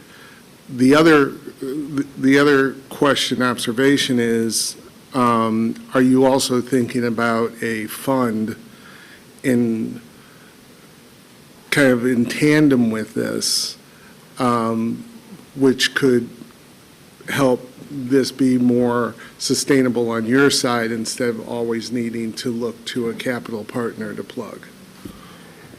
Yeah, I think that's very much, I mean, like very insightful analysis of it. But also, yes, I think that would be a longer term thing. We want to do some deals first and really get our legs. And it's really important for us that those deals work. You know, it can't be that we're over leveraging this ESOP and then all the employees take the hit. You know, we have to make sure that we're looking out for them. But I think a longer term, absolutely. I mean, it just makes things easier. And we've seen, you know, a lot of these funds like Apis and Heritage in the space, they raised a fund and they're going to go out and do this themselves. I think that's a really great approach. And then one last thing is, you know, as we always look for investments, we always look for somebody who's solving a problem that they've been a part of, that they've experienced. You alluded to that. That's maybe something, I don't know, in the coming up to this, that might have been more of a highlight. But I think that's a compelling highlight to that you're solving a problem that you know and you've experienced. Thank you. So one of the benefits of consolidated shareholding is an efficient corporate governance, right? When a company is owned by 50 people, it's sometimes hard to define. So how much, what the strategic path would be. So how much of your time do you think is kind of dedicated to creating a culture of ownership? Because you can be an employee of a company for 15 years. That doesn't mean you know how the decision making has to take place and how quick it has to be sometimes, and you can't just like draw it out for months. So what have you thought around there? Yeah, another great question. It's the governance issue. is really important. I think one of the things I think that it can be confusing, but a lot of these firms can tend to have conventional management structures with board of directors and management teams. In a worker cooperative, you might see workers voting for the board. In the worker cooperative that I was in, we basically got to vote for the board oversaw the management. But it's beyond that, it's not like everybody's collaborating on every decision. And so I think that people worry about the efficiency because they have a sense of how that works, but there's a lot of flexibility. I think, what the research will also tell you is that these employee-owned firms, particularly in the face of crisis, pivot faster. People are aligned interest-wise, and you have to spend the time and the money building that culture. I think that's really, really important. But if you can do that, then all of a sudden everybody's pulling in the same direction, and you're growing faster and moving faster. So I want to dig a little more closely into loyalties. You have bank partners, you then have a contractual relationship with the seller as a broker, but with an expectation or an expectancy in the business model that after the sale is complete, you'll be working as a consultant with the ultimate buyers, who then will have a relationship with the banks that you also, or the financing partners that you're partners with. How do you think about your own loyalties, and how do you communicate those to all the partners within the web? Yeah, that's a complex issue, right? Because on the front end of it, essentially, we're representing the seller, and we're incentivized by a percentage of the purchase price. So our incentive is to get as much money as we can for that seller. And by the same token, it's essentially a short-term versus long-term argument. If we, in the short term, get a huge price for this business that the business itself cannot support, and that company does not have the support to actually run itself effectively, in the long term, we're out of business pretty quick. We have to be thinking in those two frames. In certain of these transactions, if it's an ESOP deal, there's going to be like representation for the ESOP trust itself, and so there is that form. But we really think about it in terms of short-term, long-term. John. Yeah, you'll have a wide dispersion of ages, I would imagine, of employees. Some who may be a couple of years away from retirement. So after you've provided liquidity to the owner or the seller, and you've got a number of other people coming along, how do you provide then liquidity for them when they're ready to retire? Yeah, that's a great question. And I think a lot of the flexibility that's built into the structure of these deals gives us the ability to focus in on specific ownership breakdowns and how that's actually going to work. One great example of this is a recent deal that KKR did with CHI Overhead Doors, and they basically allocated equity based on seniority, but also based on sort of income level and breaking down employees into different grades. And while that equity does vest over time, the amount of time that you spend in an employee ownership company typically does increase your amount of equity. There's always flexibility in how these deals are sort of set up, especially if you have senior management of the company that's looking to retire in a year or two along with the owner. Yeah, Rich. Yeah, just this is a massive opportunity, but it is really challenging. I think it's already been said that I think the capital side is going to be really important, because each type, right, the trust, ESOPs, co-ops, take very different flexible capital structures. The other thing is just a comment. There's a person I know that's trying to put together a fund targeted at what he calls entrepreneurship by acquisition. So how do you find people who have been in a trade or an industry for a long time but haven't had the opportunity to own their own company and help finance their acquisition or taking the place of the person. So it's an interesting thing, because what I told them is I said, it'd be great if you could also factor in employee ownership into the model, right? But I think there's a huge demand for people who've been working 20, 30 years in a particular trade or an industry that they don't have the capital to buy in, and really be kind of an equity owner. And so if you could marry those two, it'd be pretty powerful.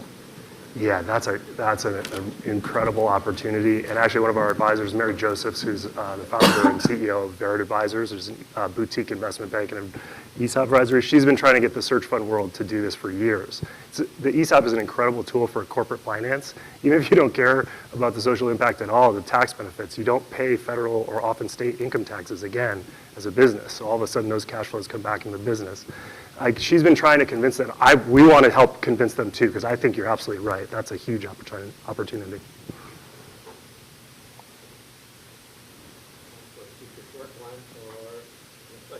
Thank you very much. Thank you so much.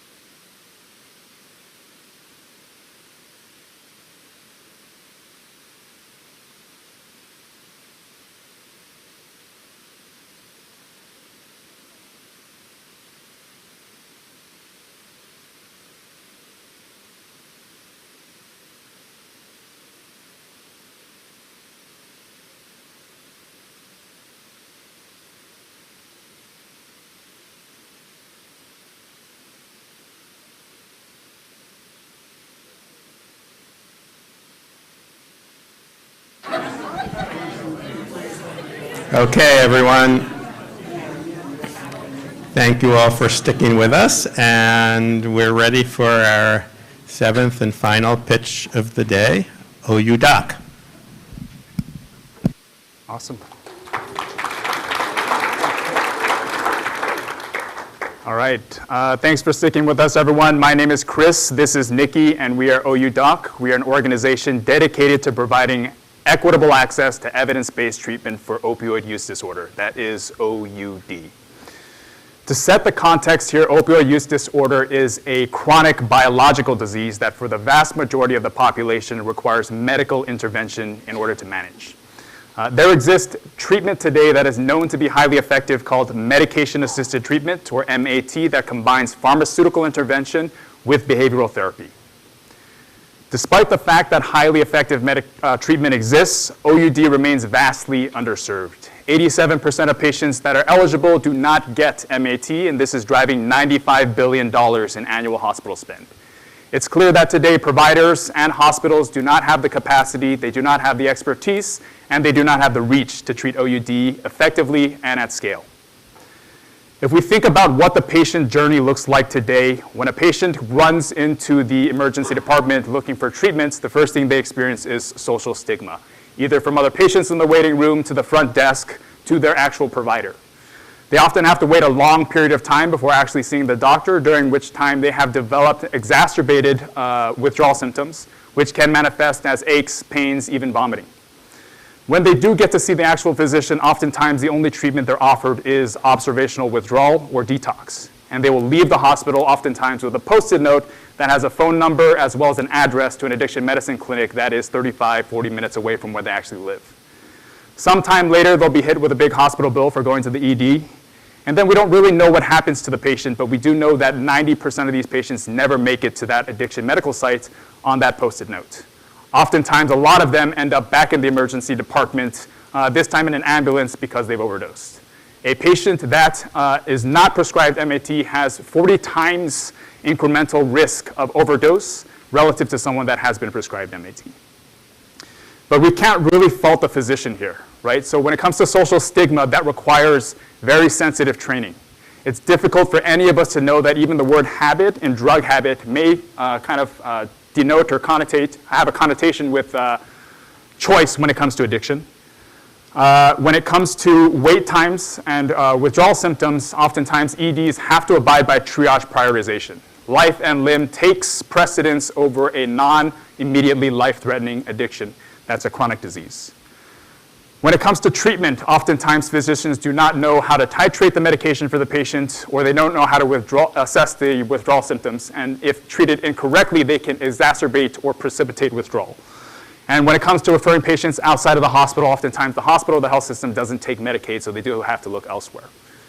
They don't have a lot of power over co-pays, and when it comes to continuity of care, your emergency doctor is not the one that's going to be following up with your care on a regular basis.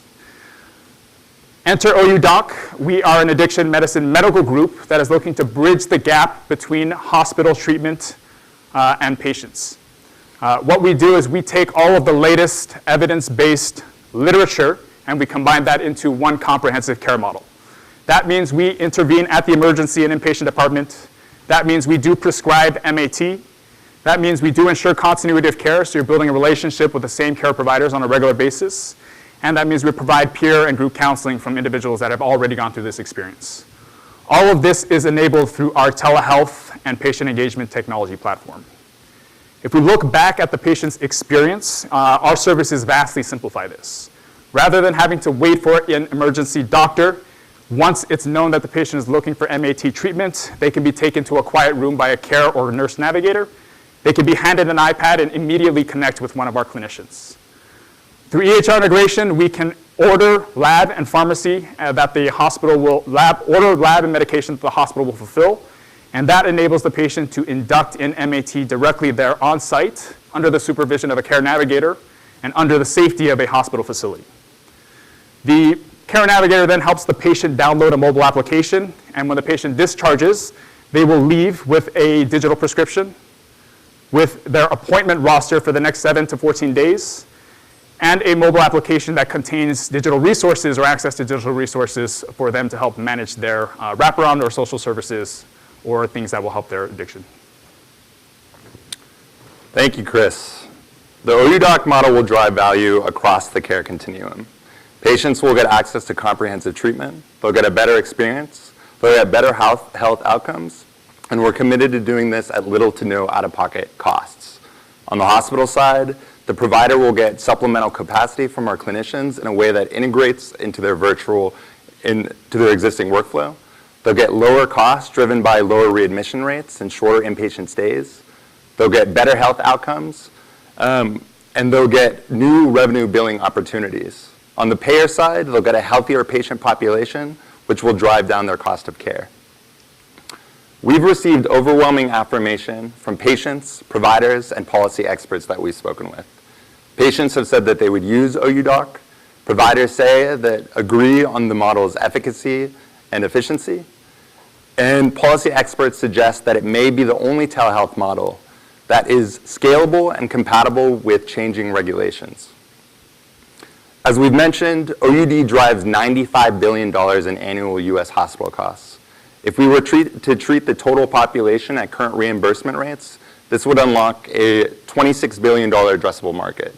At a conservative 1% uptake for OUDoc, we still yield a $260 million revenue opportunity.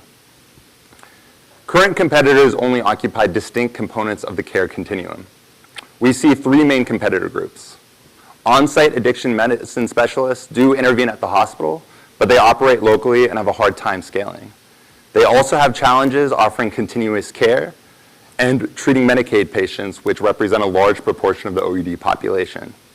Virtual MAT prescribers like Bicycle Health have no on-site presence or integration, focusing mainly on already stabilized patients. They often charge hefty copays and have told us that they want to provide the minimum convenient level of care. Now, organizations like Boulder Care are doing a great job in improving on these areas, but they still don't integrate at the hospital, which for us is critical. Other telehealth providers like BetterHelp do provide behavioral therapy, but they don't specialize in OUD. OUDoc will be the only provider that offers comprehensive care throughout the care continuum at minimum patient out-of-pocket costs. Now, we earn revenue just like any other medical group. We bill insurance. But because equitable access for us is critical, we built our model to ensure Medicaid feasibility. Under Medicare baseline, the typical reimbursement rate is $200 per week per patient for full inclusive care. So that means the more effectively and efficiently we can treat our patients, the more of that $200 we can retain. Remember, OUD is a lifetime disease. So that means if we care for our patients compassionately and effectively, we believe they will stick with us for the long term. Under a base case unit model, we believe we can provide treatment to our patients at virtually no out-of-pocket costs while still retaining a 15% contribution margin. As we scale, we estimate that contribution margin can grow in excess of 30%, incorporating revenue cycle efficiencies and as treatment for our patients stabilize. Our go-to-market strategy is geographic-based, focusing first on rural hospitals. We've reviewed several state-specific attributes related to the regulatory landscape and the OUD population, and we've shortlisted 3 target states: Illinois, Iowa, and Ohio. Our most promising conversations have been with 3 critical access hospitals in Ohio for a 6-month pilot, where we plan on building on our core competencies, refining our MVP, reporting out metrics, and then expanding within our pilot network. 85% of hospitals are part of larger health systems. So by starting with critical access hospitals, we can lower our sales and integration costs for their affiliates. As we scale, this will translate into higher revenue and EBITDA margins, supported by a consistent patient stream from our partnering hospitals, as well as the long treatment period for retained patients. Our team today is composed of 4 members. We have a former full-stack software engineer at Google in Nikki Huynh. We've got an MD, PhD that rotates through the VA and UC San Diego, who has seen no shortage of OUD patients in the outpatient setting. We have Nick here, who is our financial and operational expert, and then we have myself, a career healthcare professional with experience integrating across 30 or 40 hospital EHRs, building out patient engagement applications, and designing virtual care delivery models. We're lucky to have 2 advisors. Dr. Min-Marie here on the left is the pioneer of the on-site addiction medicine clinic at University of Chicago, so doing a lot of what we want to do digitally in person. And then Dr. Clara Hua, who is a cardiothoracic surgeon with the US Navy, and she sees no shortage of OUD patients in the inpatient setting. Today's ask, we're looking for $350K as a pre-seed funding round, $100K of which will go to software contractors to develop the MVP, and $250K of which will go towards general miscellaneous medical group fees, legal, certification, credentialing, so on and so forth, as well as helping us to get some runway to pursue some non-dilutive grant funding, of which very recently there is quite a bit available. We hope that the pilots that we run with this first critical access care hospital help us firm up our unit model assumptions. So that's kind of a preliminary number there at the bottom, but that will be something that we ask for, I think, in a future funding round. With that in mind, looking forward to see if there's some partnership that can be formed, and happy to open the floor to Q&A.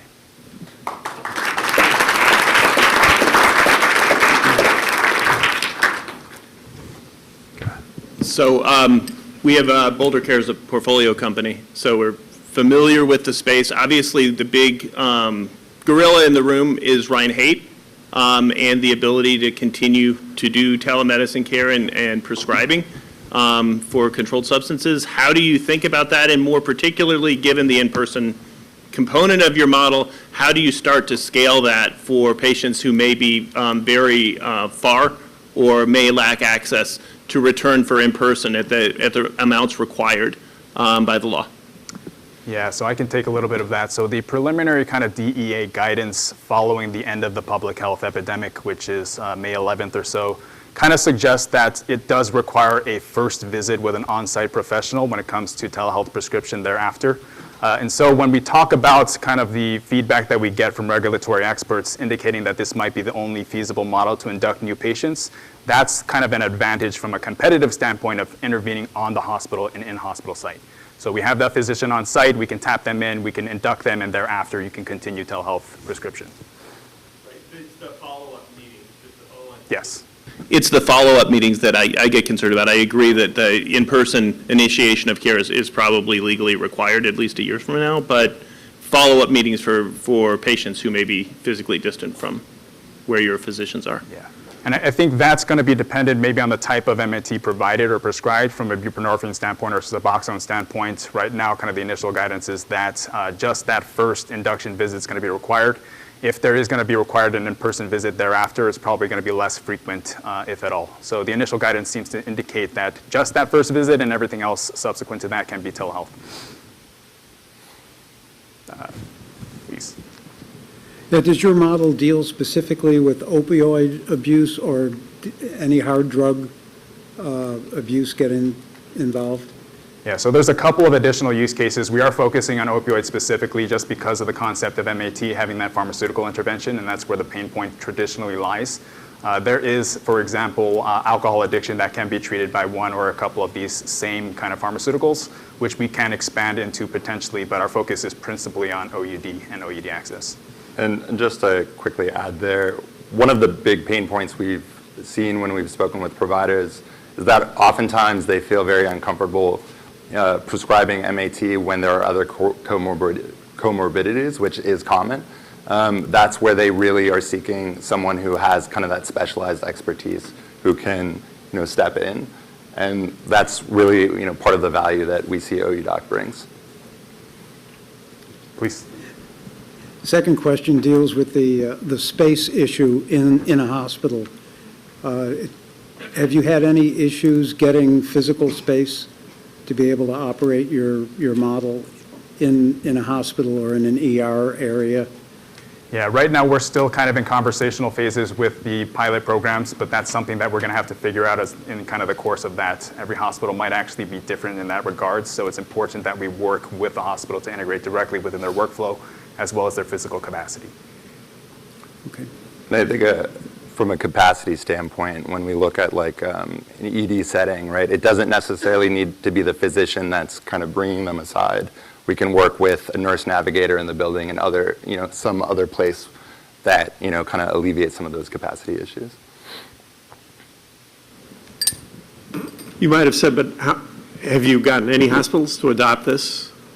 No, we're kind of in a pilot phase, so we have conversations with 3 critical access hospitals in Ohio. Critical access hospitals in particular have specific financial incentives and opportunities, and they work a little bit more flexibly than larger hospital systems. So that's where most of our traction has been. So over the next couple of months, timeline-wise, we're hoping to have the software product available for us to actually operate and run a pilot for 6 months at one of these critical access sites, maybe beginning in September.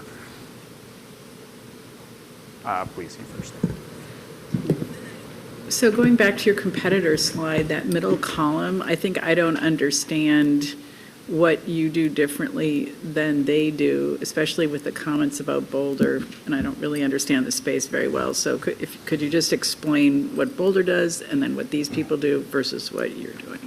Yeah, we can talk about that and elaborate a little bit more. So so the phases of MAT have an induction phase, which is typically the highest touch, requires some type of titration, dosage understanding where they are in their withdrawal phase.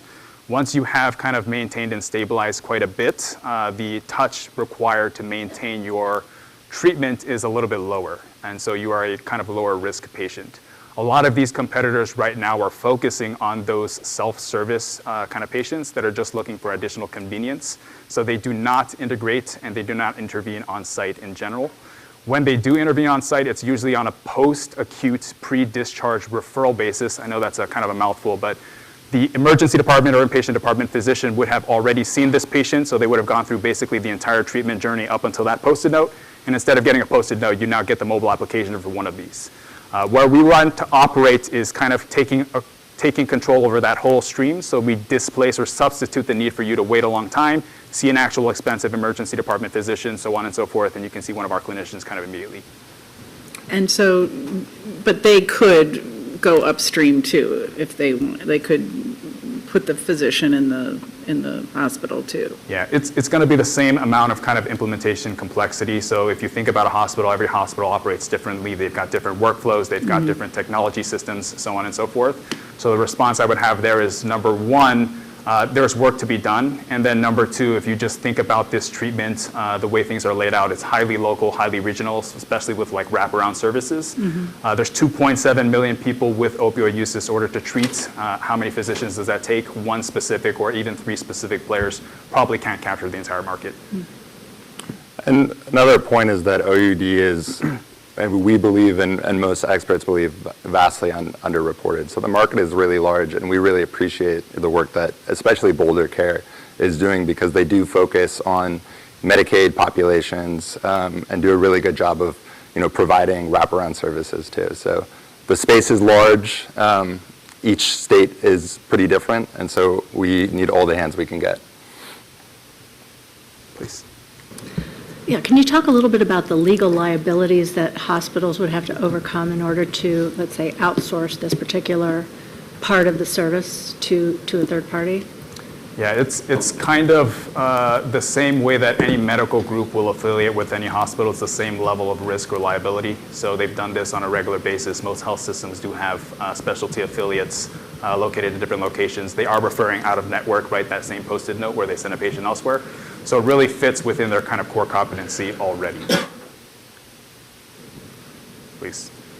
I apologize for doubling up, but can you talk about, given the nature of the model, how you deal with corporate practice of medicine issues and potential exit strategy for a business like this? Can you elaborate when you say, sorry, corporate practice of medicine? So obviously, if you're going to be a specialty physician, if you're going to be a specialty practice group, it's going to be run or controlled by physicians, right? But that limits the way you would think about your exit proposals if you're a potential investor, because obviously any financial investor is not going to be able to run the practice because you'll run into corporate practice of medicine issues. Yeah, I think that is kind of generally a fair point, but I happen to be interning at a private equity firm, healthcare specific, over the past 2 quarters or so. There is a large trend of private equity firms, for instance, purchasing up medical groups, general consolidation across healthcare systems. This is a gap in the general service, so when a health system wants to expand their service lines, what comprehensive care they can provide, oftentimes you'll see something like Aurora Healthcare acquiring or merging with Advocate, Aurora, so on and so forth. Outside of that, we talked about kind of the regional and local model of or nature of this business. For organizations like Boulder Care, where they have to learn the regulations for every single state that they kind of venture into, that's another opportunity, I think, even for consolidation from a horizontal standpoint.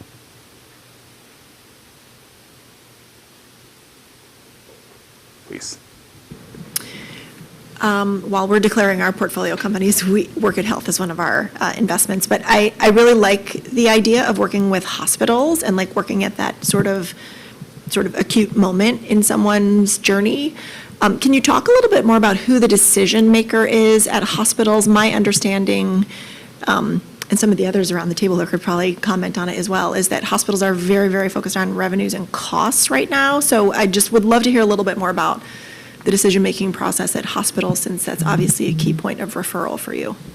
Yeah, that's also going to maybe differ based on the type of hospital, so that's kind of why we're targeting critical access hospitals, especially those that may be part of smaller networks as opposed to very large networks. Large networks is typically going to be, you're going to need a physician or a medical group advocate on that side to kind of vouch for you, but it's generally going to be somewhat higher up in the corporate structure in the health system. When it comes to critical access hospitals, they do have a little bit more autonomy in making these decisions. It's going to be someone on the operating or the physician leadership that's going to make that decision. So that's where principally most of our conversations are happening.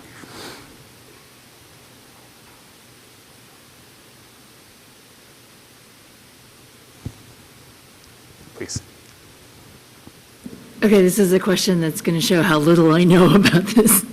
It's kind of a follow-up to this question, which is if I'm a hospital and I'm concerned about revenues, then why wouldn't I take on that patient and collect the revenue and put out a giant bill just to like get the bill, but instead divert a potential patient into your system instead? Yes. There's a couple of points there. That's a conversation that can be very lengthy, but these predominantly are going to be Medicaid patients that a lot of hospitals treat at kind of a deficit, so it's quote-unquote bad revenue in a lot of cases. In other cases, it's a capacity standpoint, so if we supplement the capacity at the emergency department and take off these patients, those emergency physicians have the ability and capacity to treat other more commercially insured patients. Outside of all of that, there are hospital reimbursement incentives here. So if you are the site of the hospital building where the patient is in there and they're taking a telehealth appointment outside, there's reimbursement concessions that you can get there. When it comes to the first induction visit, if you're supervising, there's reimbursement concession there as well that the hospital can claim. And just to elaborate on that, that $95 billion that we were speaking about really speaks to patients that didn't receive proper treatment because there were capacity issues and then had to come back into the hospital, and then there's a much higher cost of care. Right, exactly. I just have a quick follow-up question. That my understanding is that getting Medicaid eligible is a really expensive and tedious prospect, and so, but you all seem to think that that's just going to happen pretty easily. I wouldn't say that we think it's going to happen pretty easily, but we're right now, I think, focused on integration with hospitals, running that pilot, getting the technology in place, and throughout that process, we'll have conversations with either commercial administrators of Medicaid or Medicaid for the specific state in particular. That said, you can see there's proven models with some of these telehealth providers that we have listed here in that middle column that have seen success there, so we are not necessarily deterred. It definitely informs our go-to-market strategy too, right? The regulatory landscape, was kind of a key criteria in terms of what states we targeted. Please. What's the commitment to carrying on from here? I'm in here full-time, so I'm not taking a, if there's anyone at the Career Center, I'm not taking a full-time MBA internship, so I'll be working on this full-time at least through the summer.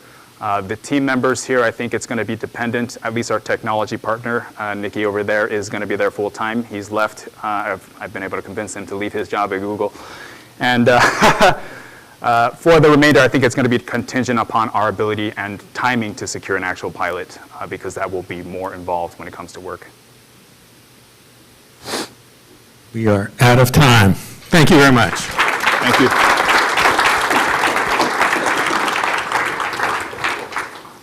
So that's the last of our 7 presentations. Please first join me in thanking the judges for the great work, great questions, and feedback for all the teams. And please join me in congratulating all of the teams for the incredible job they did today.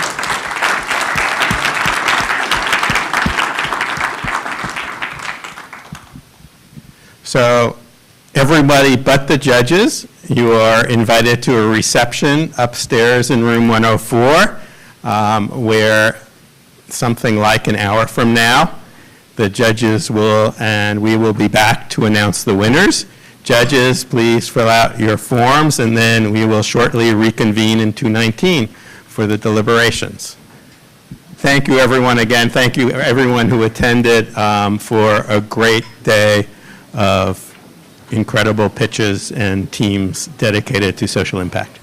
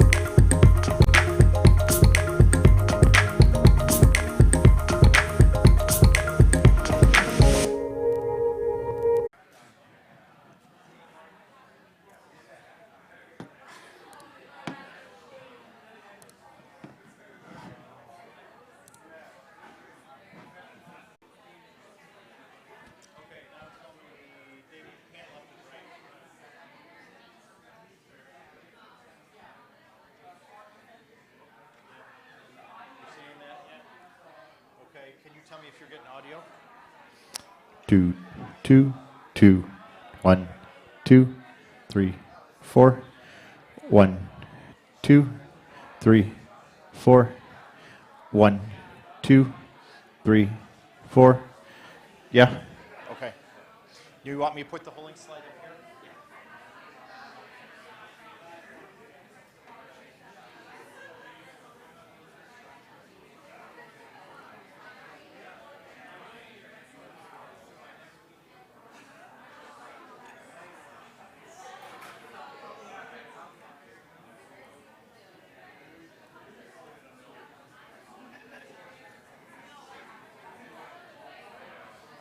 I'm going to turn the audio off so you don't hear anything.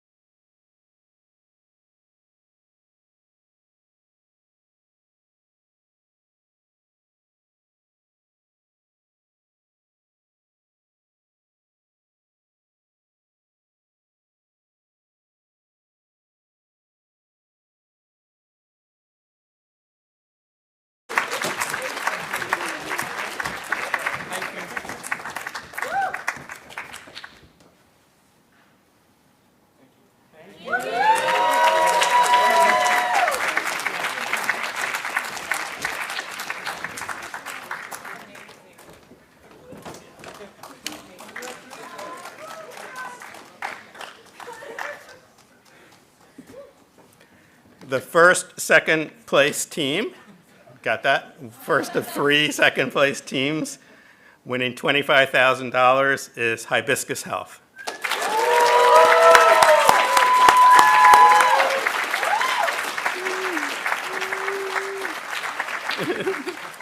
Be careful.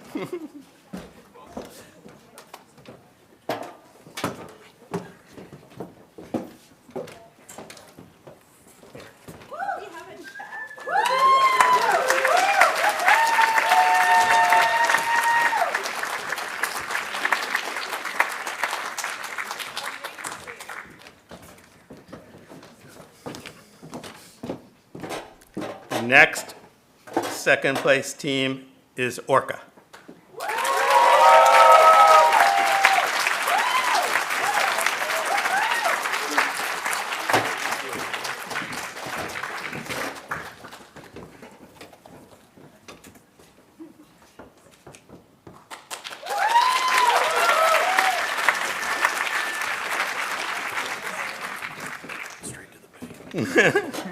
Good luck with that. And the next second place team is the Support Network.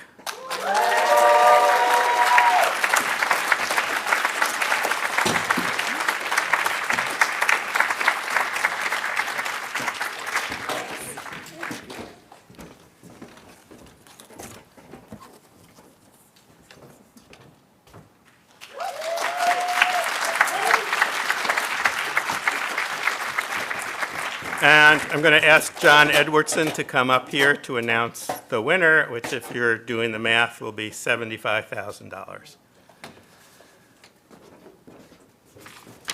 I have a 3-page speech, so just be patient here and don't show it to them yet, Rob. Yeah.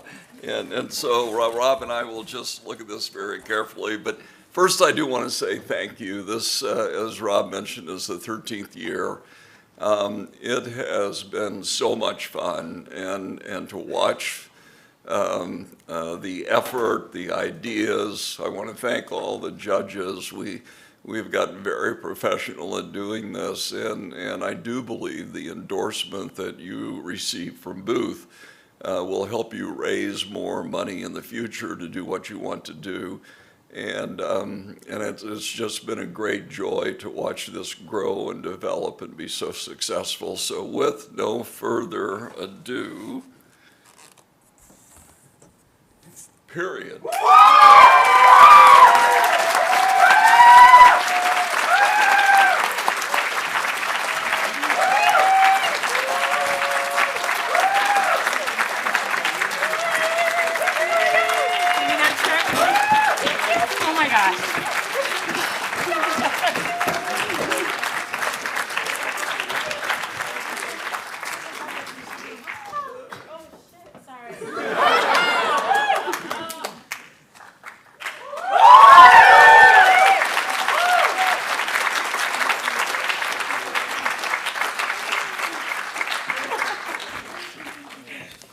Well, congratulations again to everybody, and please enjoy the reception.